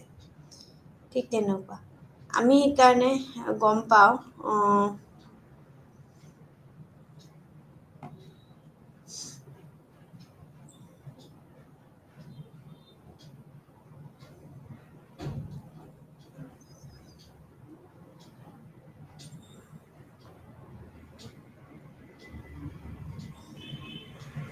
এতিয়া SSA হিচাপত আমি কেনেকৈ কওঁ যে ভাৰতত মুখ্য কাৰ্যসূচী হিচাপে ৰূপায়ণ কৰা হৈছে আৰু তাৰ লগতে আমি দেখোঁ যে আমাৰ যিমানখিনি আমাৰ ভাৰতত আমাৰ এয়া আছে সেইখিনি আমি আমাৰ ইয়াৰ সামগ্ৰিক লক্ষ্যবোৰৰ ভিতৰত হৈছে সাৰ্বজনীন প্ৰৱেশিকাৰ আৰু তাৰ লগতেই আমি ধৰি ৰখা হৈছে শিক্ষাৰ ক্ষেত্ৰত লিংগ আৰু সামাজিক শ্ৰেণীৰ ব্যৱধান দূৰ কৰা আৰু শিশুৰ শিক্ষাৰ আমি স্তৰ বৃদ্ধি কৰা বুলি কৈছে। ঠিক তেনেকুৱাকে পাওঁ যে শৈক্ষিক পৰিসংখ্যাৰ ওপৰত আমাৰ 8ম জৰীপ অনুসৰি ভাৰতত প্ৰায় 13 লাখ স্বীকৃতি বিদ্যালয় বিভিন্ন প্ৰকাৰৰ ব্যৱস্থাপনাৰ দ্বাৰা পৰিচালিত হয় আৰু এই বিদ্যালয়বোৰত ভিতৰতে আছে আমাৰ দেশৰ প্ৰাথমিক অৰ্থাৎ উচ্চ প্ৰাথমিক অৰ্থাৎ মাধ্যমিক আৰু উচ্চতৰ প্ৰাথমিক বিদ্যালয় 5% আৰু এই বিদ্যালয়বোৰত আমাৰ গ্ৰাম্য অৰ্থাৎ 84% আৰু নগৰীয় 16% অঞ্চলৰ লগতে আমাৰ কি আছিলে বিদ্যালয়বোৰত আমাৰ বিভিন্ন ধৰণৰ আমাৰ আমি কি কৰিব লাগিব বিভিন্ন প্ৰকাৰৰ ব্যৱস্থাপনাৰ দ্বাৰা পৰিচালিত হৈছে বুলি কৈছে। ঠিক তেনেকেই বহলভাৱে যদি আমি চাওঁ কিছুমান ব্যৱস্থাপনা আছে যেনেকে চৰকাৰ আছে এখন চৰকাৰী বিদ্যালয়ৰ ৰাজ্য চৰকাৰ বা কেন্দ্ৰীয় চৰকাৰ বা ৰাজহুৱা খণ্ডৰ প্ৰতিষ্ঠান বা চৰকাৰৰ দ্বাৰা সম্পূৰ্ণভাৱে বিত্তীয় সংগঠনৰ দ্বাৰা পৰিচালিত হয় আৰু এই স্থানীয় সংস্থা অৰ্থাৎ জিলা পৰিষদ পৌৰ নিগম পৌৰ সমিতি অধিসূচিত এলেকা সমিতি আৰু একাউণ্টেণ্ট বোৰ্ডৰ দৰে পঞ্চায়তী স্থানীয় সংস্থাৰ প্ৰতিষ্ঠানৰ দ্বাৰা স্থানীয় এখন বিদ্যালয় পৰিচালনা হয় বুলি কৈছে। ঠিক তেনেকে ব্যক্তিগত সাহায্যও আছে কিছুমান। এতিয়া যেনেকে ব্যক্তিগত আমি যদি সাহায্য বুলি কওঁ তেন্তে আমি কি বুজিম যে আমাৰ ব্যক্তিগত সাহায্য প্ৰাপ্ত কৰিবলৈ বা বিদ্যালয় এখনত আমাৰ যিমানখিনি ব্যক্তি ন্যাস বা ব্যক্তিগতভাৱে আমাৰ যিমানখিনি সংগঠনৰ দ্বাৰা স্বীকৃতি আৰু পৰিচালিত হয়, তাৰ লগতে আমি স্থানীয় সংস্থা বা ৰাজ্য চৰকাৰ বা কেন্দ্ৰীয় চৰকাৰৰ পৰা অনুদান প্ৰাপ্ত কৰা হৈছে। এতিয়া ব্যক্তিগতভাৱে অসহায় অৰ্থাৎ ব্যক্তিগতভাৱে অসহায় বিদ্যালয় এখন ব্যক্তিগতভাৱে আমি কি কৰিব পাৰোঁ কি যে সংগঠনৰ দ্বাৰাই স্বীকৃতি আৰু পৰিচালিত হয় আৰু তাৰ লগত চৰকাৰী বা স্থানীয় সংস্থাৰ পৰা কোনো অনুদান প্ৰাপ্ত নকৰে বুলি কয়। ঠিক তেনেকেই কি যে স্বীকৃতি নহয় এখন একচুৱেলি বিদ্যালয় আমি যিকোনো ব্যক্তি বা ব্যক্তিগত সংগঠনৰ দ্বাৰা পৰিচালিত হয় আৰু ৰাজ্য চৰকাৰ বা চৰকাৰৰ অনুমতিত বৰ্ডৰ পৰা কোনো ধৰণৰ স্বীকৃতি নাথাকে, অৰ্থাৎ চৰকাৰী বিদ্যালয় আমাৰ 66% অৰ্থাৎ স্থানীয় সংস্থাৰ বিদ্যালয় 14% আৰু ব্যক্তিগতভাৱে পৰিচালিত সাহায্যপ্ৰাপ্ত বিদ্যালয় অৰ্থাৎ 7% আৰু আমাৰ যিমানখিনি ব্যক্তিগত অসহায় বিদ্যালয় আছে সেইখিনি 13%।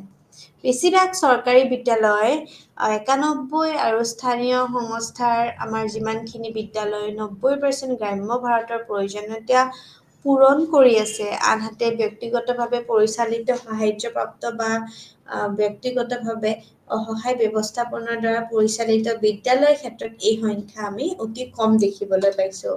তাৰ লগতে ব্যক্তিগতভাৱে পৰিচালিত সাহায্যপ্ৰাপ্ত বা ব্যক্তিগত অসহায় ব্যৱস্থাপনা বিদ্যালয়সমূহ নগৰ অঞ্চলত আছে আৰু ভাৰতত চৰকাৰী পৰিচালিত বিদ্যালয়সমূহৰ লগত আমাৰ পৰিপূৰক হিচাপে এটা বৃহৎ ব্যক্তিগত বিদ্যালয় ব্যৱস্থা আছে, যাৰ 6 পৰা 14 বছৰ বয়সৰ প্ৰায় 29% শিশুৱে ব্যক্তিগত বিদ্যালয়ৰ জৰিয়তে বিদ্যালয়ৰ শিক্ষা প্ৰাপ্ত কৰে বুলি কয়। এতিয়া regulatory bodies for school education বুলি আমি যেতিয়া কওঁ, তেতিয়া কেন্দ্ৰীয় পৰ্যায়ত বিদ্যালয় শিক্ষাৰ বাবে আমি নিয়মক কি কৰিব পাৰোঁ, সংবিধান অনুসৰি প্ৰাথমিক পৰ্যায়লৈকে আমি শিশুৰ মৌলিক অধিকাৰ হয়। প্ৰাথমিক শিক্ষাৰ বাবে তেওঁলোকৰ ৱাৰ্ড বিদ্যালয়লৈ প্ৰেৰণ কৰাটো অভিভাৱকৰ সদায় মৌলিক কৰ্তব্য হিচাপেও যোগ কৰা হৈছে। এতিয়া বিভিন্ন ব্যৱস্থাপনাৰ দ্বাৰা পৰিচালিত বিভিন্ন প্ৰকাৰৰ বিদ্যালয় ভাৰত শিক্ষা প্ৰদান কৰি আহিছে। চৰকাৰী বিদ্যালয়ৰ উপৰিও কেইবাখনো চৰকাৰী সাহায্যপ্ৰাপ্ত আৰু বেচৰকাৰী বিদ্যালয়ও কাম কৰি আছে বুলি কয়। ভাৰতীয় সংবিধান অনুসৰি বিদ্যালয়খন আমি অলাভজনক সত্ৰ হিচাপে আমি কি কৰিব পাৰোঁ, খুলিব পাৰি। কেৱল এক দায়িত্ব নাশ কৰি বা সমাজৰ দ্বাৰা পৰিচালিত আৰু অলাভজনক চৰিত্ৰ আছে। তাৰ লগত প্ৰতিখন বিদ্যালয় সংশ্লিষ্টভাৱে ৰাজ্য চৰকাৰৰ পৰা কেন্দ্ৰীয় বা কেন্দ্ৰীয় শাসিত অঞ্চলৰ বোৰ্ড বা তথাপিও অনাপত্তি প্ৰমাণপত্ৰ NOC পৰা সংশ্লিষ্ট হ'ব লাগিব আৰু এই দুটা মৌলিক প্ৰয়োজন লগতে বিদ্যালয়খনৰ সময়ে সময়ে আমি কি কৰিব লাগিব, কেন্দ্ৰ আৰু ৰাজ্যিক কৰ্তৃপক্ষৰ নিয়ম আৰু মানদণ্ডৰ পৰা পৰিচালিত হয় বুলি কয়। শিক্ষা মন্ত্ৰালয় অৰ্থাৎ পূৰ্বৰ মানৱ সম্পদ উন্নয়ন মন্ত্ৰালয় কেন্দ্ৰীয় চৰকাৰৰ সংবিধানত সন্নিৱিষ্ট কৰি পৰিকাঠামো আৰু বহল নীতিৰ ভিতৰত আমি কি কৰিব পাৰোঁ, শিক্ষাৰ ক্ষেত্ৰত ইয়াৰ কাম আৰু দায়িত্ব পালন কৰে বুলি কয়। ঠিক তেনেকৈ আমি চাওঁ যে আমাৰ এই উদ্দেশ্যৰ বাবে নীতি নথিপত্ৰ নিয়মৰ পৰা শিক্ষা মন্ত্ৰালয় অনন্য আমি দেখিবলৈ পাওঁ। ঠিক তেনেকৈ শিক্ষা মন্ত্ৰালয়ৰ আমি দেখিবলৈ পাওঁ। শিক্ষানুষ্ঠানকভাৱে দ্বাৰা নিৰ্দিষ্ট আইনসমূহ গৃহীত কৰা হয় আৰু তাৰ লগতে আমি দেখোঁ যে আমাৰ সমূহ গৃহত কৰা হয় বুলি কয়।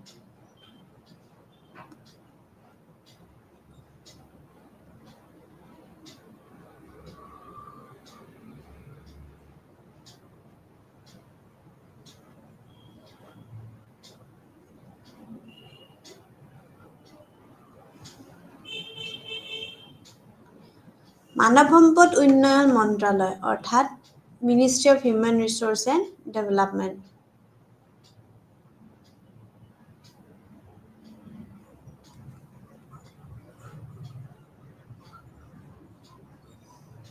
তাৰ লগতে ইয়াৰ মুখ্য আমাৰ যিমানখিনি আছে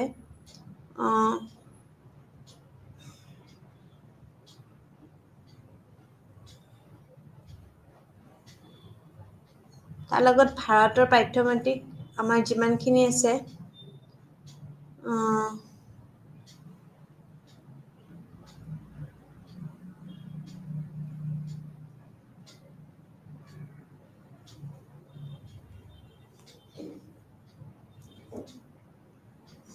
ভাৰতত আমাৰ যিমানখিনি প্ৰাক-প্ৰাথমিক আৰু প্ৰাথমিক শিক্ষাৰ মানদণ্ড আছে তাৰ লগত আমাৰ উন্নত কৰা হৈছে যে কেন্দ্ৰ আৰু কেন্দ্ৰীয় আমাৰ যিমানখিনি শাসিত অঞ্চলৰ ধৰা বিভিন্ন পৰিচালনা সমিতি আছে তাৰ লগত আমাৰ কৰা হয় আৰু প্ৰাথমিক পৰ্যায়তো আমি সৰ্বশিক্ষা অভিযান আৰু মধ্য ভোজন কাৰ্যসূচী বা আমাৰ মাধ্যমিক পৰ্যায়তো সেই মডেল স্কুল আমাৰ স্থাপন কৰা হৈছে। ঠিক তেনেকেই ৰাষ্ট্ৰীয় শৈক্ষিক গৱেষণা আৰু পৰীক্ষণ আমাৰ যিমানখিনি পৰিষদ আছে সেইখিনি আমি ৰাষ্ট্ৰীয় শৈক্ষিক গৱেষণা আৰু প্ৰশিক্ষণৰ পৰিষদ আমাৰ আছে। ত' ঠিক 1961 চনত আমি আমি কি কৰোঁ সংগঠন হিচাপে প্ৰতিষ্ঠা কৰা হৈছিল যাৰ কাৰ্যসূচী আছিলে শিক্ষাৰ এক আমাৰ উমৈহতীয়া প্ৰণালী ৰচনা আৰু সমৰ্থন কৰা। ঠিক তেনেকে চৰিত্ৰত ৰাষ্ট্ৰীয় যি এক আমাৰ সময়তে সমগ্ৰ দেশৰ হিচাপে আমি কি কৰিছিলোঁ বিবিধ সাংস্কৃতিৰ প্ৰকাশ পাইছিলোঁ। তাৰ লগতে সহায় আৰু উৎসাহ আমি তাতে দেখিবলৈ পাইছিলোঁ। ঠিক NCERT যে কেন্দ্ৰীয় আৰু ৰাজ্যৰ চৰকাৰৰ বিদ্যালয় তাৰ লগত যিমানখিনি শিক্ষাৰ আমাৰ গুণগত উন্নতৰ বাবে নীতি আৰু কাৰ্যসূচীৰ ওপৰত সহায় আৰু পৰামৰ্শ দিয়ে।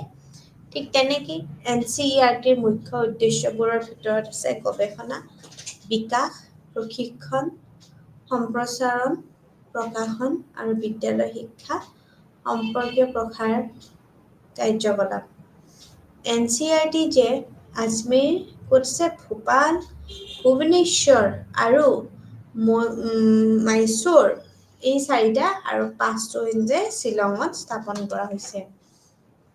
এতিয়া ৰাষ্ট্ৰীয় শৈক্ষিক পৰিকল্পনা আৰু প্ৰশাসন প্ৰতিষ্ঠান অৰ্থাৎ NIEPE national institute of education and planning NIEPA বুলি যাক কয়। ঠিক তেনেকে ৰাষ্ট্ৰীয় শৈক্ষিক পৰিকল্পনা প্ৰশাসন প্ৰতিষ্ঠান আগতে ৰাষ্ট্ৰীয় শৈক্ষিক পৰিকল্পনাৰ প্ৰশাসন বিশ্ববিদ্যালয় আছিলে। ঠিক আছে হিচাপে নামকৰণ হৈছিলে যিবোৰে শৈক্ষিক পৰিকল্পনা আৰু প্ৰশাসনৰ সেৱাত নিয়োজিত থাকে। এতিয়া প্ৰতিষ্ঠান আৰু কৰ্মচাৰীসকলক আমি ক্ষমতা নিৰ্মাণ বা গৱেষণাৰ লগত পেছাদাৰী আমি যিমানখিনি সমৰ্থন সেৱাৰে আমি সৈতে সম্পৰ্কিত হওঁ বুলি কয়। ঠিক তেনেকেই NIEPA লগত অধীনত কাম NIEPA আমি 8টা বিভাগ আছে। এতিয়া শৈক্ষিক পৰিকল্পনা বিভাগ, শৈক্ষিক প্ৰকাশন বিভাগ, শৈক্ষিক বৃত্তি বিভাগ, শৈক্ষিক নীতি বিভাগ, তাৰ লগত আমাৰ ডিপাৰ্টমেণ্টেল স্কুল আৰু অনুষ্ঠান শিক্ষা আৰু উচ্চ পেছাদাৰী শিক্ষাৰ বিভাগ, তাৰ লগতে শৈক্ষিক ব্যৱস্থাপনা তথা প্ৰণালী বিভাগ, শিক্ষাৰ প্ৰশিক্ষণ আৰু ক্ষমতা নিৰ্মাণ বিভাগ।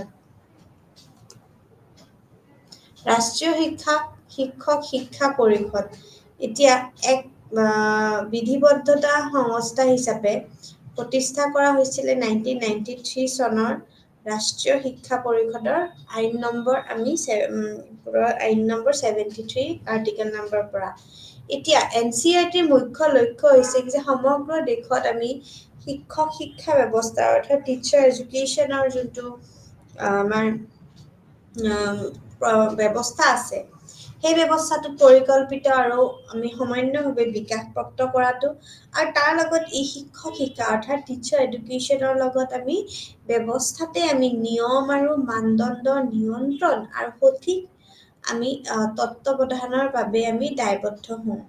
ই বিভিন্ন শিক্ষা কাৰ্যসূচী সামৰি লয়, যাৰ ভিতৰত আছে বিদ্যালয়ত প্ৰাথমিক, মাধ্যমিক আৰু জ্যেষ্ঠ মাধ্যমিক পৰ্যায়ত শিক্ষাদানৰ বাবে সজ্জিত কৰাৰ বাবে ব্যক্তিসকলৰ গৱেষণাৰ প্ৰশিক্ষণ হয় বুলি কয়।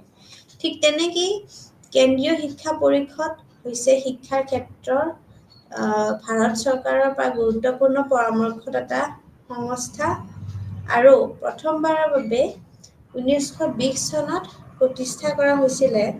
1935 চনত পুনৰ্জীৱিত কৰা হৈছিল আৰু তেতিয়াৰ পৰাই আমাৰ আছে। ঠিক তেনেকেই যোনবোৰ আমাৰ KEVB আছে এইবোৰ কাম হৈছে যে যিকোনো শৈক্ষিক আমি যিমানখিনি প্ৰশ্ন ওপৰত আমি সদায় পৰামৰ্শ দিয়া, যাক GUI বা আন যিকোনো স্থানীয় চৰকাৰ ইয়াক প্ৰেৰণ কৰিব পাৰে।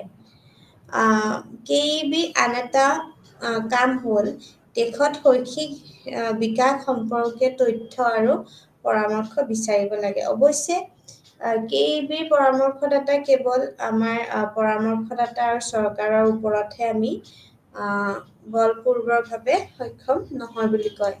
ঠিক তেনেকেই কেন্দ্ৰীয় মাধ্যমিক শিক্ষা পৰিষদ অৰ্থাৎ CBSE হৈছে এক শীৰ্ষ ৰাষ্ট্ৰীয় সংস্থা যি শৈক্ষিক মানদণ্ড আমি যথেষ্ট পৰিমাণে উন্নত কৰা আৰু মাধ্যমিক শিক্ষাত আমি আমি কি কৰিব লাগিব, প্ৰৱৰ্তন কৰিব লাগিব। এতিয়া কেন্দ্ৰীয় চৰকাৰৰ দ্বাৰা অনুমোদিত আমাৰ বেছিভাগ বিদ্যালয় কেন্দ্ৰীয় বিদ্যালয় থাকে, নৱোদয় বিদ্যালয় থাকে, হয়নে? আৰু বিদ্যালয় থাকে। ঠিক তেনেকে আমি গম পাওঁ যে আমাৰ যিমানখিনি আমাৰ এয়া আছে এইটো ৰাজহুৱা আমাৰ যিমানখিনি শিক্ষণৰ ভিতৰত আমাৰ আছে সেইখিনিতে আমি গম পাওঁ। ঠিক সেইটোতে কি যে দক্ষতা আৰু আমাৰ যিমানখিনি অৰিহণা আছে সেইখিনিৰ লগত আমি সদায় মিলি থাকিব লাগিব আৰু আমাৰ দক্ষতা উন্নত কৰাত আমাৰ সদায় ব্যৱস্থা থাকিব লাগিব বুলি কয়। ঠিক এতিয়া আঞ্চলিক কাৰ্যালয় আছে যে আমি বিভিন্ন ধৰণৰ আমাৰ আমি চাওঁ আৰু তাৰ লগতে আমি গম পাওঁ যে আমাৰ আঞ্চলিক কাৰ্যালয় আছে আৰু তাৰ লগতে আমাৰ national institute of open schooling অৰ্থাৎ নিউজ national institute of opening school আমিতো কি বুলি কওঁ NIOS দেই। এইবোৰ কেতিয়াবা এব্ৰিভিয়েশ্যন আহে, অলপ আমি মন কৰি থ'ব লাগে।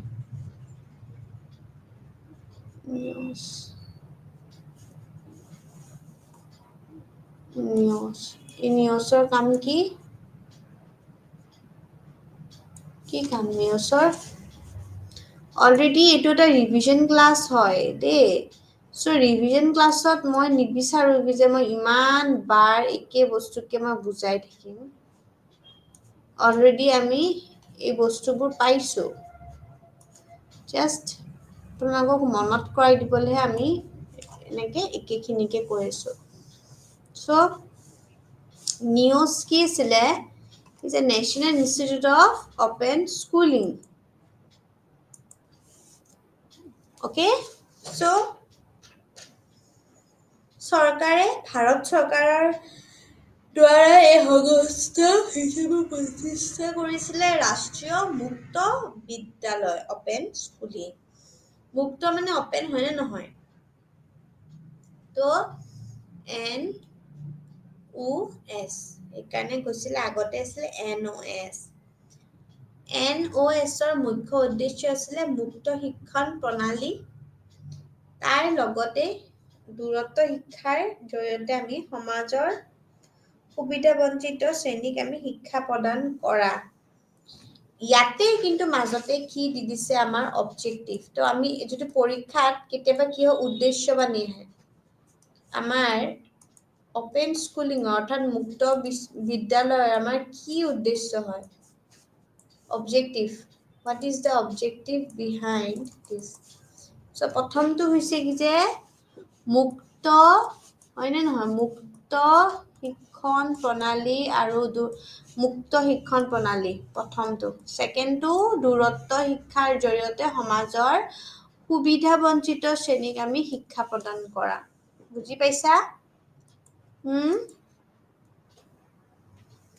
চ' সেইটো বুজাইছে এতিয়া 2002 চনত আমি MHRD আছেনে নাই নেশ্যনেল অপেন স্কুলৰ চ' আমি সেই অপেন স্কুলৰ আমি এইটো চাম ঠিক আছে চ' 2002 চনত আমি MHRD চেনেল অপেন স্কুলৰ আছিলে আৰু তাৰ লগতে আমি পাওঁ যে আমাৰ কিমানখিনি আমাৰ আছিলে অ'কে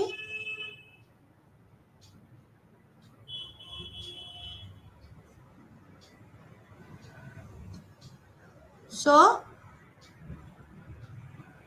আমি যেতিয়া চাম MHRD নেশ্যনেল অপেন স্কুলৰ বা ৰাষ্ট্ৰীয় মুক্ত বিদ্যালয়লৈ আমি প্ৰতিষ্ঠানবোৰ সংগঠনবোৰ আমি সংশোধন কৰিব লাগিব ঠিক তেনেকৈ ভাৰতীয় বিদ্যালয় প্ৰমাণ পত্ৰ পৰীক্ষা পৰিষদৰ CISCৰ আমি চাব লাগিব যে ভাৰতৰ বিদ্যালয় শিক্ষা পৰিষদৰ ই দুটা পৰীক্ষা অনুষ্ঠিত কৰে আৰু ICSE ভাৰতীয় মাধ্যমিক শিক্ষাৰ প্ৰমাণ পত্ৰ আৰু আমাৰ ভাৰতীয় বিদ্যালয় প্ৰমাণ পত্ৰ চলে বুলি কয় এতিয়া CISE চনত স্থাপন কৰা হৈছিলে এই নতুন দিল্লীত অৱস্থিত ই এক সৰ্বভাৰতীয় কিন্তু চৰকাৰী অনুমোদিত বোৰ্ড নহয় CBSE আৰু CISE দুয়োটা কম বেছি পৰিমাণে শিক্ষাৰ ইচ্ছক অনুসৰণ কৰে যদিও কিছুমানে ক্ষেত্ৰত গুৰুত্বপূৰ্ণ পাৰ্থক্য থাকিব পাৰে বুলি কয়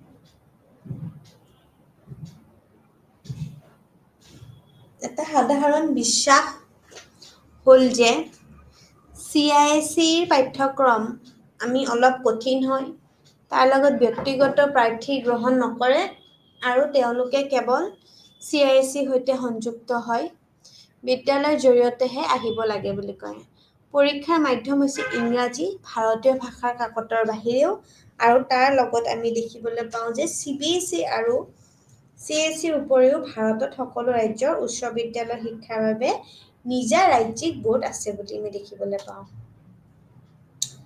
ভাৰতীয় মাধ্যমিক শিক্ষাৰ প্ৰমাণ পত্ৰ আৰু ভাৰতীয় বিদ্যালয়ৰ প্ৰমাণ পত্ৰ মাধ্যমিক শিক্ষাৰ ভাৰতীয় প্ৰমাণ পত্ৰ CISEৰ পৰীক্ষাৰ সৈতে আমি দশম শ্ৰেণীৰ বাবে ভাৰতীয় বিদ্যালয়ৰ প্ৰমাণ পত্ৰ অৰ্থাৎ পৰীক্ষা আমি যিমানখিনি দেখিবলৈ পাওঁ তাৰ লগত আমি ইণ্ডিয়ান স্কুল আমি চাৰ্টিফিকেটৰ লগত আমি দ্বাদশ শ্ৰেণীৰ বাবে ভাৰতীয় বিদ্যালয় আমি প্ৰমাণ পত্ৰ পৰীক্ষা পৰিষদৰ দ্বাৰা আমি পৰিচালিত এক পৰীক্ষা এক ইংৰাজী মাধ্যমৰ জৰিয়তে আমি দেখিবলৈ পাওঁ বুলি কয় তো সেই অনুসৰি আমি যেতিয়া আমি বিদ্যালয়ৰ আমি শিক্ষাৰ গাঁথনি আৰু ব্যৱস্থাপনা সাধাৰণ পাঠ্যক্ৰম শিক্ষাৰ পৰীক্ষা প্ৰদান কৰাৰ বাবে আমি প্ৰস্তুত কৰা হৈছিলে ঠিক তেনেকৈ আমাৰ ছুইজাৰলেণ্ড জেনেভাত আমি অৱস্থিত আমাৰ এই বস্তুখিনি আমাৰ আছিলে আৰু তাৰ লগত আমি আমাৰ সংগঠনৰ দ্বাৰাই চনত প্ৰতিষ্ঠা কৰা আন্তৰ্জাতিক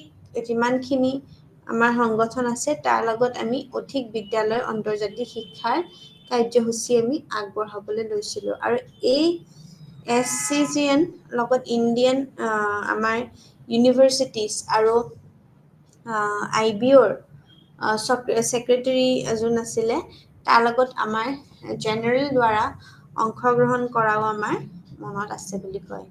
ঠিক তেনেকৈ আমি গম পাওঁ যে আমাৰ যিমানখিনি আমাৰ ডিপ্ল'মা আৰু এক সংগঠিত স্বীকৃতিৰ লগত আমাৰ গ্ৰহণযোগ্য চুক্তি অনুমোদিত হয় আৰু তাৰ লগতে আমি এইখিনি বস্তু আমি গম পাওঁ।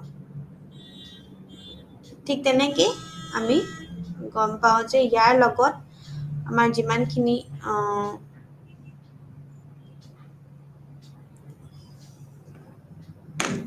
অনুমোদিত হয়। এতিয়া IB হৈছে 1968 চনত পঞ্জীয়ন কৰা এক আলোকজনক উপাৰ্জনকাৰী ছুইছ ফাউণ্ডেশ্যন।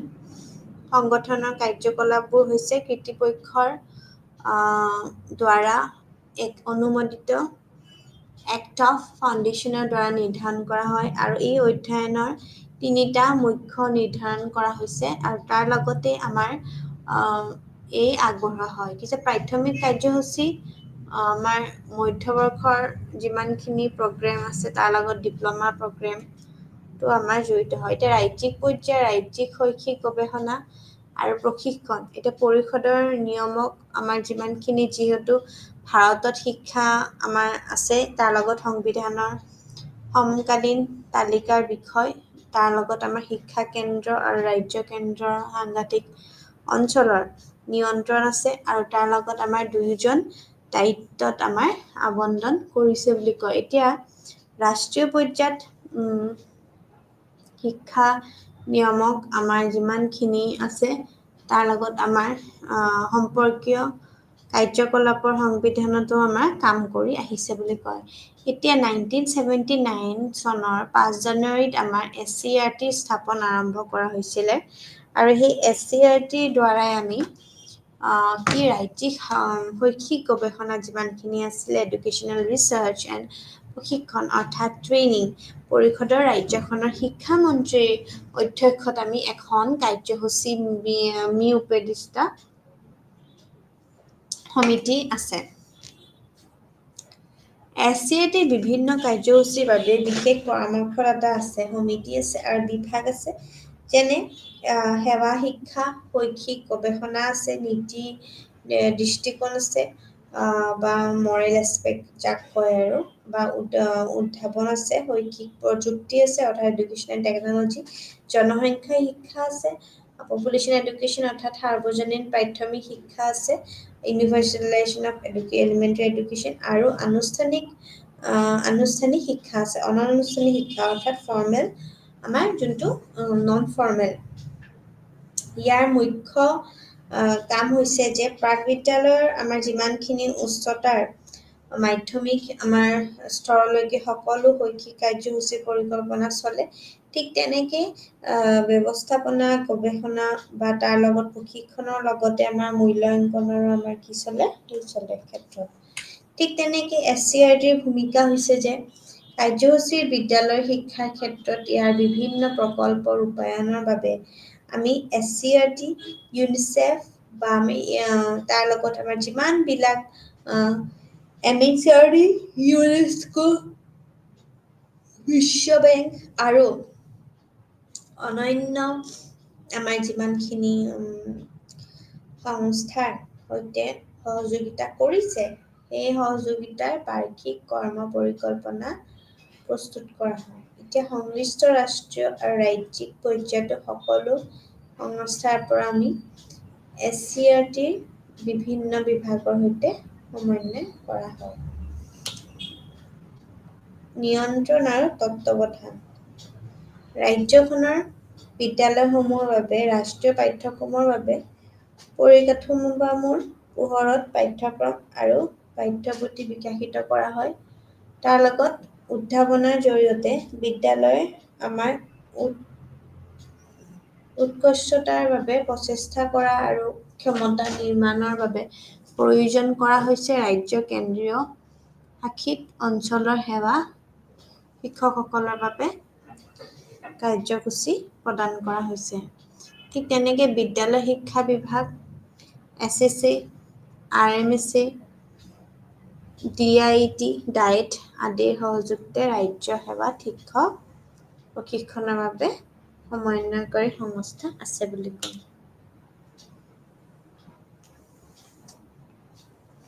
ঠিক তেনেকৈ ৰাজ্যখনত আমাৰ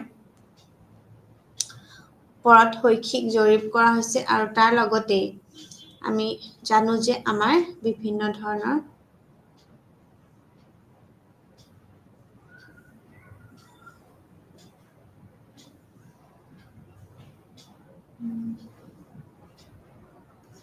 কাৰ্য গৱেষণাও কৰা হৈছে।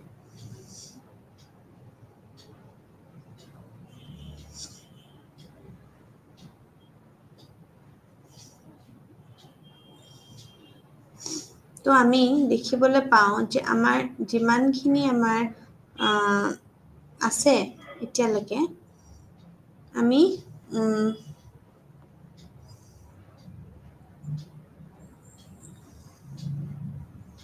সেইকাৰণে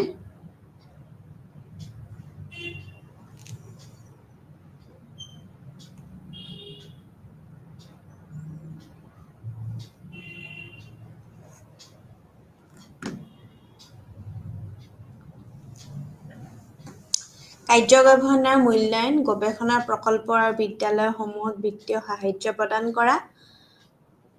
তো ঠিক তেনেকেই আমি ক'ম যে আমি যিমানখিনি আমি চাব পাৰোঁ ঠিক তেনেকুৱাকৈ আমি গম পাওঁ। ঠিক আছে। তো প্ৰাথমিক শিক্ষকৰ লগতো আমি সেইখিনি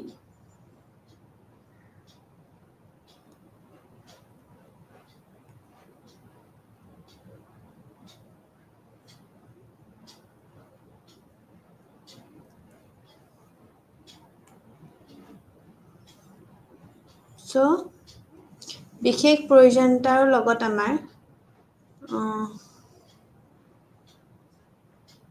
আমি তাতে গম পাওঁ বুলি কৈছে। ঠিক তেনেকুৱাই সকলো ৰাষ্ট্ৰীয় ৰাজ্যিক পৰ্যায়তো আমি সেইখিনি বস্তু আমি চাব পাৰোঁ। ঠিক আছে।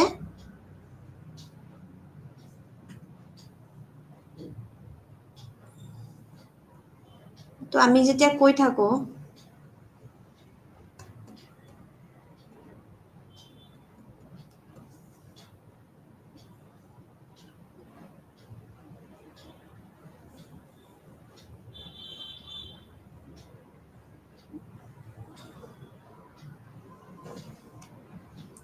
বিভিন্ন কাৰ্যসূচীৰ সমন্বয় সমাধান কৰে বুলি কয়।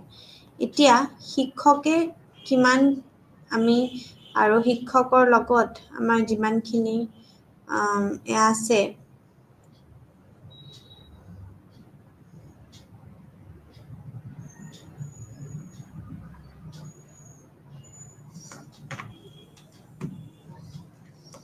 প্ৰাথমিক আমি শিক্ষা পাঠ্যক্ৰমত ডিপ্ল'মা পৰিচালনা আৰু তাৰ লগত চৰকাৰী আৰু ব্যক্তিগত প্ৰতিষ্ঠানসমূহৰ বাবে আমি নোডেল এজেঞ্চি হিচাপে কাম কৰা বুলি কৈছে। এতিয়া বিদ্যালয় শিক্ষা সম্পৰ্কীয় আৰু তাৰ লগত বিষয়বোৰতো ওপৰতো কাৰ্য গৱেষণা, নীতি গৱেষণা আৰু অন্যান্য মূল্যাংকনৰ অধ্যয়ন কৰা হৈছে বুলি কৈছে। এতিয়া শিক্ষকসকলক শৈক্ষিক সমৰ্থন আগবঢ়োৱাৰ বাবে শৈক্ষিক পেকেজ আৰু শিক্ষণৰ সামগ্ৰী বিকশিত কৰা আৰু বিভিন্ন স্তৰত শিক্ষক আৰু শিক্ষাৰ্থীসকলৰ বাবে চেমিনাৰ, কৰ্মশালা, প্ৰদৰ্শনী প্ৰয়োজন কৰা আৰু বিদ্যালয় শিক্ষা সম্পৰ্কীয় বিষয়বোৰৰ ওপৰতো কাৰ্য গৱেষণা, নীতি গৱেষণা আৰু অন্যান্য মূল্যাংকন অধ্যয়ন কৰা বুলি কৈছে। এতিয়া প্ৰাথমিক শিক্ষা আমাৰ যিমানখিনি পাঠ্যক্ৰমত ডিপ্ল'মা পৰে আমি সেইখিনি গোটেইখিনি আমি চাব লাগিব। ঠিক আছে। এতিয়া সকলো জিলা শিক্ষা বা প্ৰশিক্ষণ প্ৰতিষ্ঠান যাক আমি ডায়েট বুলি কৈছোঁ তাৰ সমন্বয় আমি নিৰীক্ষণ কৰিব লাগিব আৰু তাৰ লগতেই আমি চাম যে শিক্ষকৰ শিক্ষাবিদ আৰু তাৰ লগত নিৰীক্ষণ বিষয়াসকলৰ পেছাদাৰী বিকাশৰ জৰিয়তে যাতে আমি চিঠি পত্ৰবোৰ বা আমি পাঠ্যক্ৰমবোৰৰ বাবে ব্যক্তিগত সম্পৰ্ক কাৰ্যসূচী আয়োজন কৰিব পাৰোঁ। ভাৰত চৰকাৰৰ প্ৰাপ্তবয়স্ক অনুষ্ঠানিক শিক্ষা কাৰ্যসূচী ৰূপায়ণ আৰু মূল্যায়ন কৰাৰ সময়ত আমি ৰাজ্যিক আমাৰ যিমানখিনি বিদ্যালয় শিক্ষা বোৰ্ড আছে সেইখিনি আমি শৈক্ষিকভাৱে প্ৰশাসনভাৱে আমি চলাৰ বাবে যোগান কৰিব লাগিব আৰু ভাৰতত বিভিন্ন নিয়মক সংস্থা জ্ঞাপন কৰা হয় আৰু তাৰ লগতে আমি বিভিন্ন ধৰণৰ বিদ্যালয় শিক্ষাৰ পৰিষদসমূহ আমি বিদ্যালয়ৰ বাবে গুৰুত্বপূৰ্ণভাৱে নিয়মক সংস্থা চলাব লাগিব। ই ৰাজ্যৰ ক্ষমতাৰ প্ৰতিনিধিত্ব আৰু নিৰ্ধাৰিত কৰি ভৌগোলিক সীমাৰ পোহৰত আমি কাম কৰে আৰু এইটো ৰাজ্যখনৰ এটা বৌদ্ধ সংগঠন হয় আৰু এইটোৰ লগত এইটো আইন আৰু সাংবিধানিক ব্যৱস্থানো দ্বাৰা আমি ক্ষমতাপ্ৰাপ্ত কৰা হয় বুলি কয়।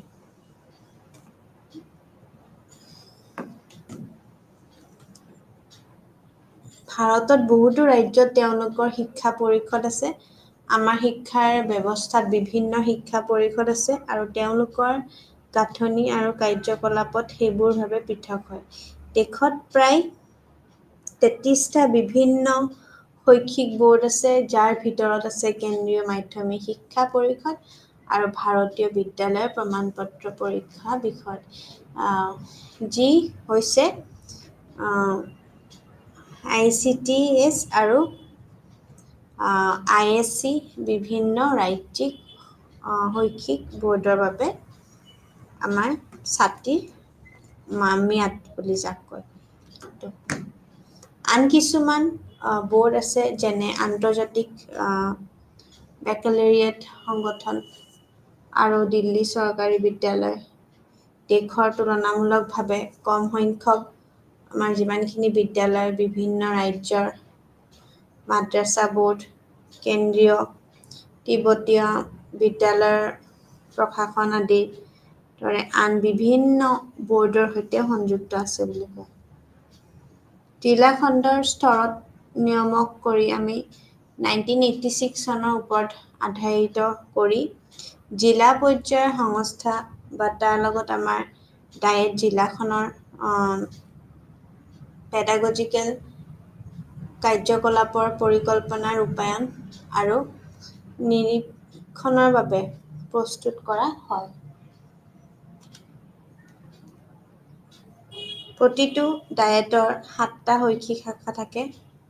প্ৰাক সেৱা শিক্ষক শিক্ষা শাখা, কৰ্ম অভিজ্ঞতাৰ শাখা, জিলা সম্পদ গোট, সেৱা কাৰ্যসূচী, ক্ষেত্ৰত আদান প্ৰদান আৰু উদ্ভাৱনা সমন্বয় শাখা, পাঠ্যক্ৰম আৰু সামগ্ৰিকভাৱে বিকাশ আৰু মূল্যায়ন শাখা, শৈক্ষিক প্ৰযুক্তি শাখা, পৰিকল্পনা ব্যৱস্থাপনা শাখা। ডায়েটৰ লগতেই বিদ্যালয়ৰ শিক্ষাৰ ৰাজ্যিক নীতি নিয়মাৱলী উদযাপন কাৰ্যকৰী কৰাৰ বাবে এক ব্লক সম্পদ কেন্দ্ৰ আৰু ক্লাষ্টাৰ বাবেও আমি বিভিন্ন ধৰণৰ স্থাপন কৰা হৈছে আৰু সকলোৰে বাবে সংস্থাই বিদ্যালয় শিক্ষাৰ মানদণ্ড উন্নত কৰাৰ বাবে আৰু সাৰ্বজনীন প্ৰাথমিক শিক্ষাৰ লক্ষ্য প্ৰাপ্তিৰ বাবে চেষ্টা কৰাৰ বাবে ইজনে সিজনৰ সৈতে সমন্বয়ভাৱে কাম কৰি আহিছে। স্কিমছ এণ্ড ইনষ্টিটিউশ্যনছ বিলাক কি আছিলে? অপাৰেশ্যন ব্লেকবৰ্ড আঁচনি। অপাৰেশ্যন ব্লেকবৰ্ড আঁচনিখন 1987 চনত আৰম্ভ কৰা হৈছিলে। ইয়াৰ মুখ্য উদ্দেশ্য হৈছিল অধিক শিক্ষক, কোঠা, শিক্ষণ সঁজুলি বা বিভিন্ন ধৰণৰ আমাৰ আন্তঃগাঁথনি ব্যৱস্থা বৃদ্ধি কৰি বিদ্যালয়বোৰত আমি উন্নতভাৱে সুবিধা প্ৰদান কৰিব লাগে। আৰু এই আঁচনিয়ে আমাৰ প্ৰাথমিক শিক্ষাৰ পৰিমাণগত আৰু গুণগত দুয়োটা উন্নত আনিব বিচাৰে বা আনিব লগাটো গুৰুত্ব। এতিয়া আঁচনিখনত কিছুমান পৰিকল্পনা কৰিছে যে দুটা আমাৰ যুক্তিসংগতভাৱে ডাঙৰ কোঠা যিবোৰ সকলো বতৰতে ব্যৱহাৰযোগ্য হয়। মানে যেনেকে ধৰক এতিয়া আমি কিবা এটা পাতিব লৈছোঁ, এতিয়া কিবা এটা পাতিবলৈতে কি হয় কেতিয়াবা আমাৰ স্পেচৰ প্ৰব্লেম হয় বা ল'ৰা ছোৱালীবোৰ একেলগে নাথাকে। তো তেতিয়া ল'ৰা ছোৱালীৰ হয়তো যদি বহিবলৈ ঠাই নহয় এতিয়া কেনেকে বাৰু শুনিব?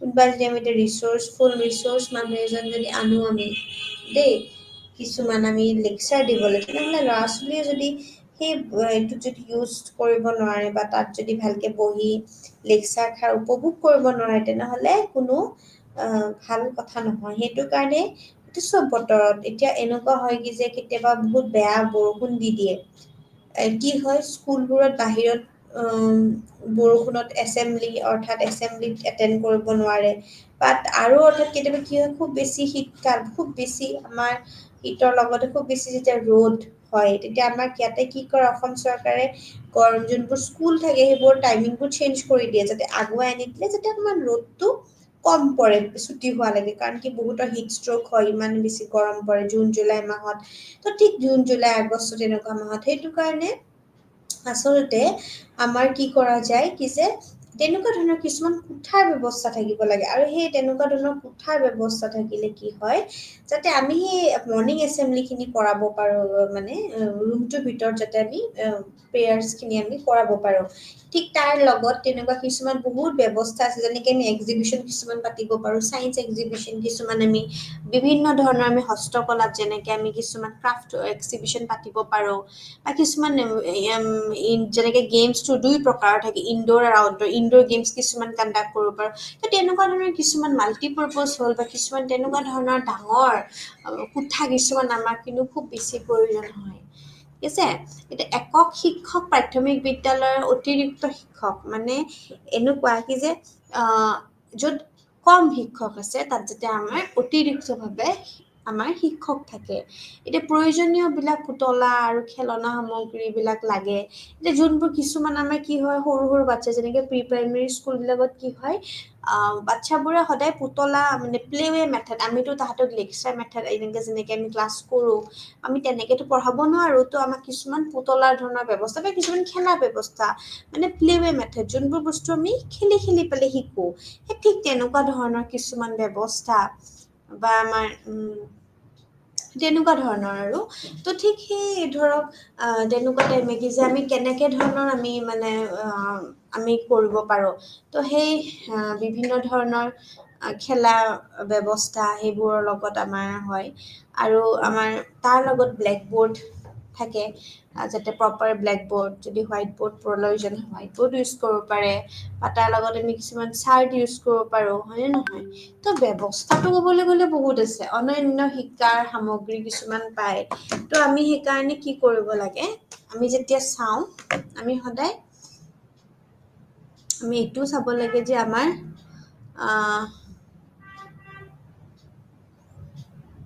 মানে আমি যাতে চাব পাৰোঁ ঠিক আছে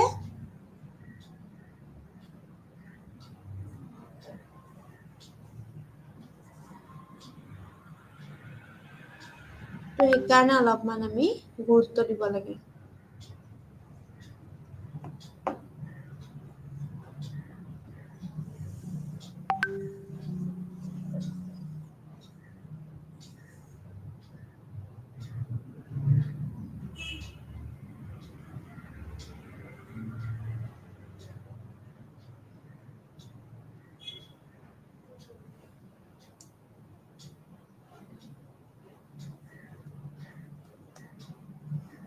তো সেইটো কাৰণে আমি অলপমান গুৰুত্ব দিব লাগে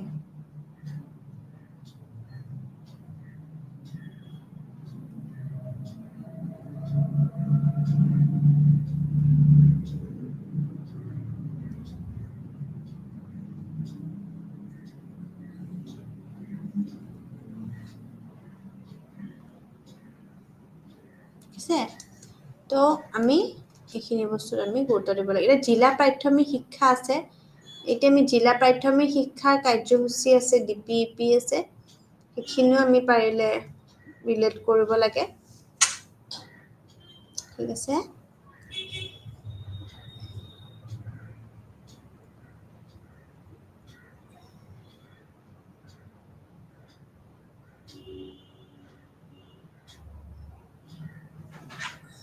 তো ঠিক তেনেকুৱা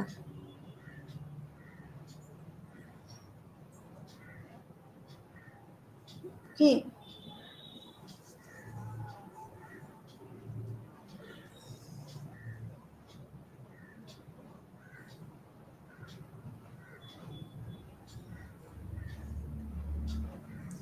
সো প্ৰাথমিক শিক্ষা ব্যৱস্থাক আমি পুনৰুজ্জীৱিত কৰিবলৈ আৰু প্ৰাথমিক শিক্ষাৰ সাৰ্বজনীন উদ্দেশ্য প্ৰাপ্ত কৰিবলৈ আমি DPP আৰম্ভ কৰা হৈছিল আৰু ইয়াৰ উদ্দেশ্য আছিল সকলো শিশুৰ বাবে আনুষ্ঠানিক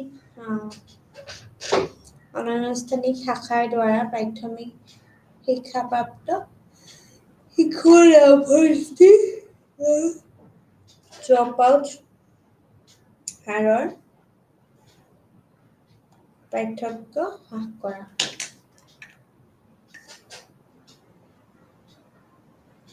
ই জিলাক পৰিকল্পনাৰ একাক হিচাপে লৈ ক্ষেত্ৰ নিৰ্দিষ্ট পদ্ধতি গ্ৰহণ কৰিছিলে আৰু এইটোৱে স্থানীয় পৰিস্থিতিৰ বাবে প্ৰতি সংবেদনশীল বুজাই ৰখা আৰু এনেদৰে সম্প্ৰদায়টো সম্পূৰ্ণ সংগঠন নিশ্চিত কৰাৰ সহায় কৰিছিলে।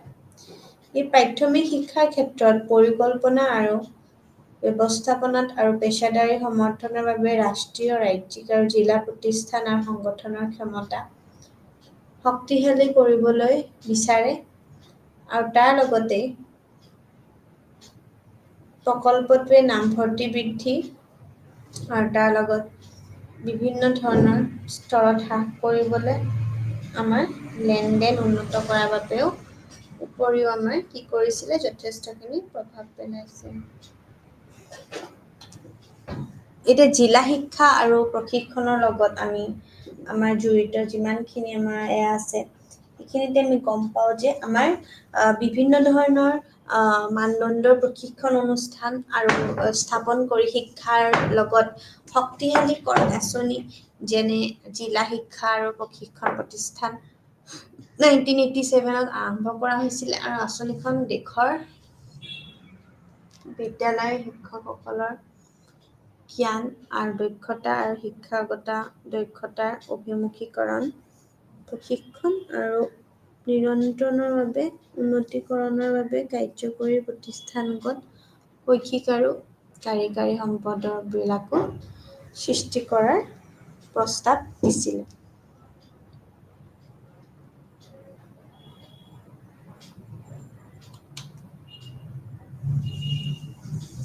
পুষ্টিগত সমৰ্থন বাবে ৰাষ্ট্ৰীয় কাৰ্যসূচী মধ্যাহ্ন ভোজন শিশুৰ পুষ্টিৰ স্তৰ বৃদ্ধি কৰিবলৈ আৰু তেওঁলোকক ব্যৱস্থাৰ বাবে বিকশিত কৰিবলৈ সক্ষম কৰাৰ বাবে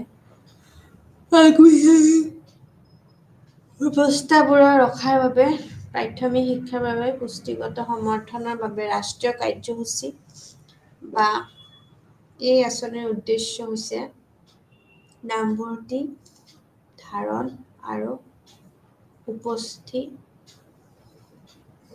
কৰি এক সময়তে শিশুসকলৰ মাজত আমি পুষ্টিৰ স্তৰ উন্নত কৰিব পাৰোঁ বুলি কৈছে। ঠিক তেনেকৈ ইয়াক আমি 2007 চনৰ ৩,৪৮০ অৰ্থনৈতিকভাৱে আমি কি কৰিব পাৰোঁ পিছফালৰ খণ্ডৰ উচ্চ প্ৰাথমিক বা শিশুসকলৰ লগত আমি বিভিন্ন ধৰণৰ সম্প্ৰচাৰিত কৰা হৈছিলে আৰু তাৰপিছতে 2008 চনত প্ৰাথমিক পৰ্যায়ত আমি এই সাৰ্বজনীন কৰা হৈছিলে আৰু আঁচনিখনৰ ৰাজ্যৰ আমি ভিন্নতা আমি দেখিবলৈ পাইছিলোঁ। ঠিক তেনেকুৱাকৈ দেখোঁ যে আমাৰ বিভিন্ন ধৰণৰ আৰু আমাৰ গোটৰ দ্বাৰা MDM অৰ্থাৎ মিড ডে মিলৰ পৰিচালনা আৰু ৰূপায়ণ কৰা হয় আৰু এই MDMত এতিয়া আমি অধীনত সমৰ্থিত মাদ্ৰাছা আৰু মাক্তাব তাৰ লগতে ৰাষ্ট্ৰীয় শিশুৰ আমি শ্ৰমিক প্ৰকল্পৰ অধীনত আমি শিশু অন্তৰ্ভুক্ত আছে বুলি কয়। ঠিক তেনেকুৱাকৈ দেখিও যে আমাৰ বিভিন্ন ধৰণৰ প্ৰাথমিক পৰ্যায়তো ছোৱালীৰ শিক্ষাৰ বাবে ৰাষ্ট্ৰীয় কাৰ্যসূচী প্ৰাথমিক পৰ্যায়ত ছোৱালী শিক্ষাৰ প্ৰচাৰৰ বাবে প্ৰস্তাৱ দিয়া হৈছে আৰু এই আঁচনিখন শৈক্ষিকভাৱে পিছপৰা খণ্ডত ৰূপায়ণ কৰা হয় আৰু তাৰ লগতে বিদ্যালয়ৰ বাহিৰত থকা ছোৱালীবোৰৰ প্ৰয়োজনীয়তাও পূৰণ কৰা হয় আৰু এই বিদ্যালয় নামভৰ্তি কৰাৰ আমাৰ আঁচনিখনতে বিভিন্ন ধৰণৰ আমি গুৰুত্ব দেখোঁ। চ' এই গুৰুত্ব আৰোপ কৰাৰ লগতে ইয়াৰ লগত কস্তুৰবা গান্ধী বালিকা বিদ্যালয়ৰ যিমানখিনি KGBP হৈছে তাৰ লগত আমি জনজাতিৰ বা আমি OBC যিমানখিনি সম্প্ৰদায়ৰ ছোৱালী থাকে বিশেষকৈ তাৰ লগত আমি প্ৰাথমিক বিদ্যালয় যাতে তেওঁলোকৰ কোনো ধৰণৰ অসুবিধা নহয় সেই খণ্ডত আমি ইয়াৰ সমাধান কৰিবলৈ চেষ্টা কৰোঁ। আৰু কিশোৰী বিনামূল্য বিদ্যালয়ত যাতে যাব নোৱাৰে 10+ এজৰ পিছতে স্কুলৰ ছোৱালী যিমানখিনি আছে সেইখিনি যাতে গোটেইখিনি নামভৰ্তি কৰা হয়। ঠিক আছে। চ' 2009 পৰা 10 বৰ্ষলৈ দেশতে আমি 2500খন KGBP আমি স্থাপন কৰা হৈছিলে। Thank you.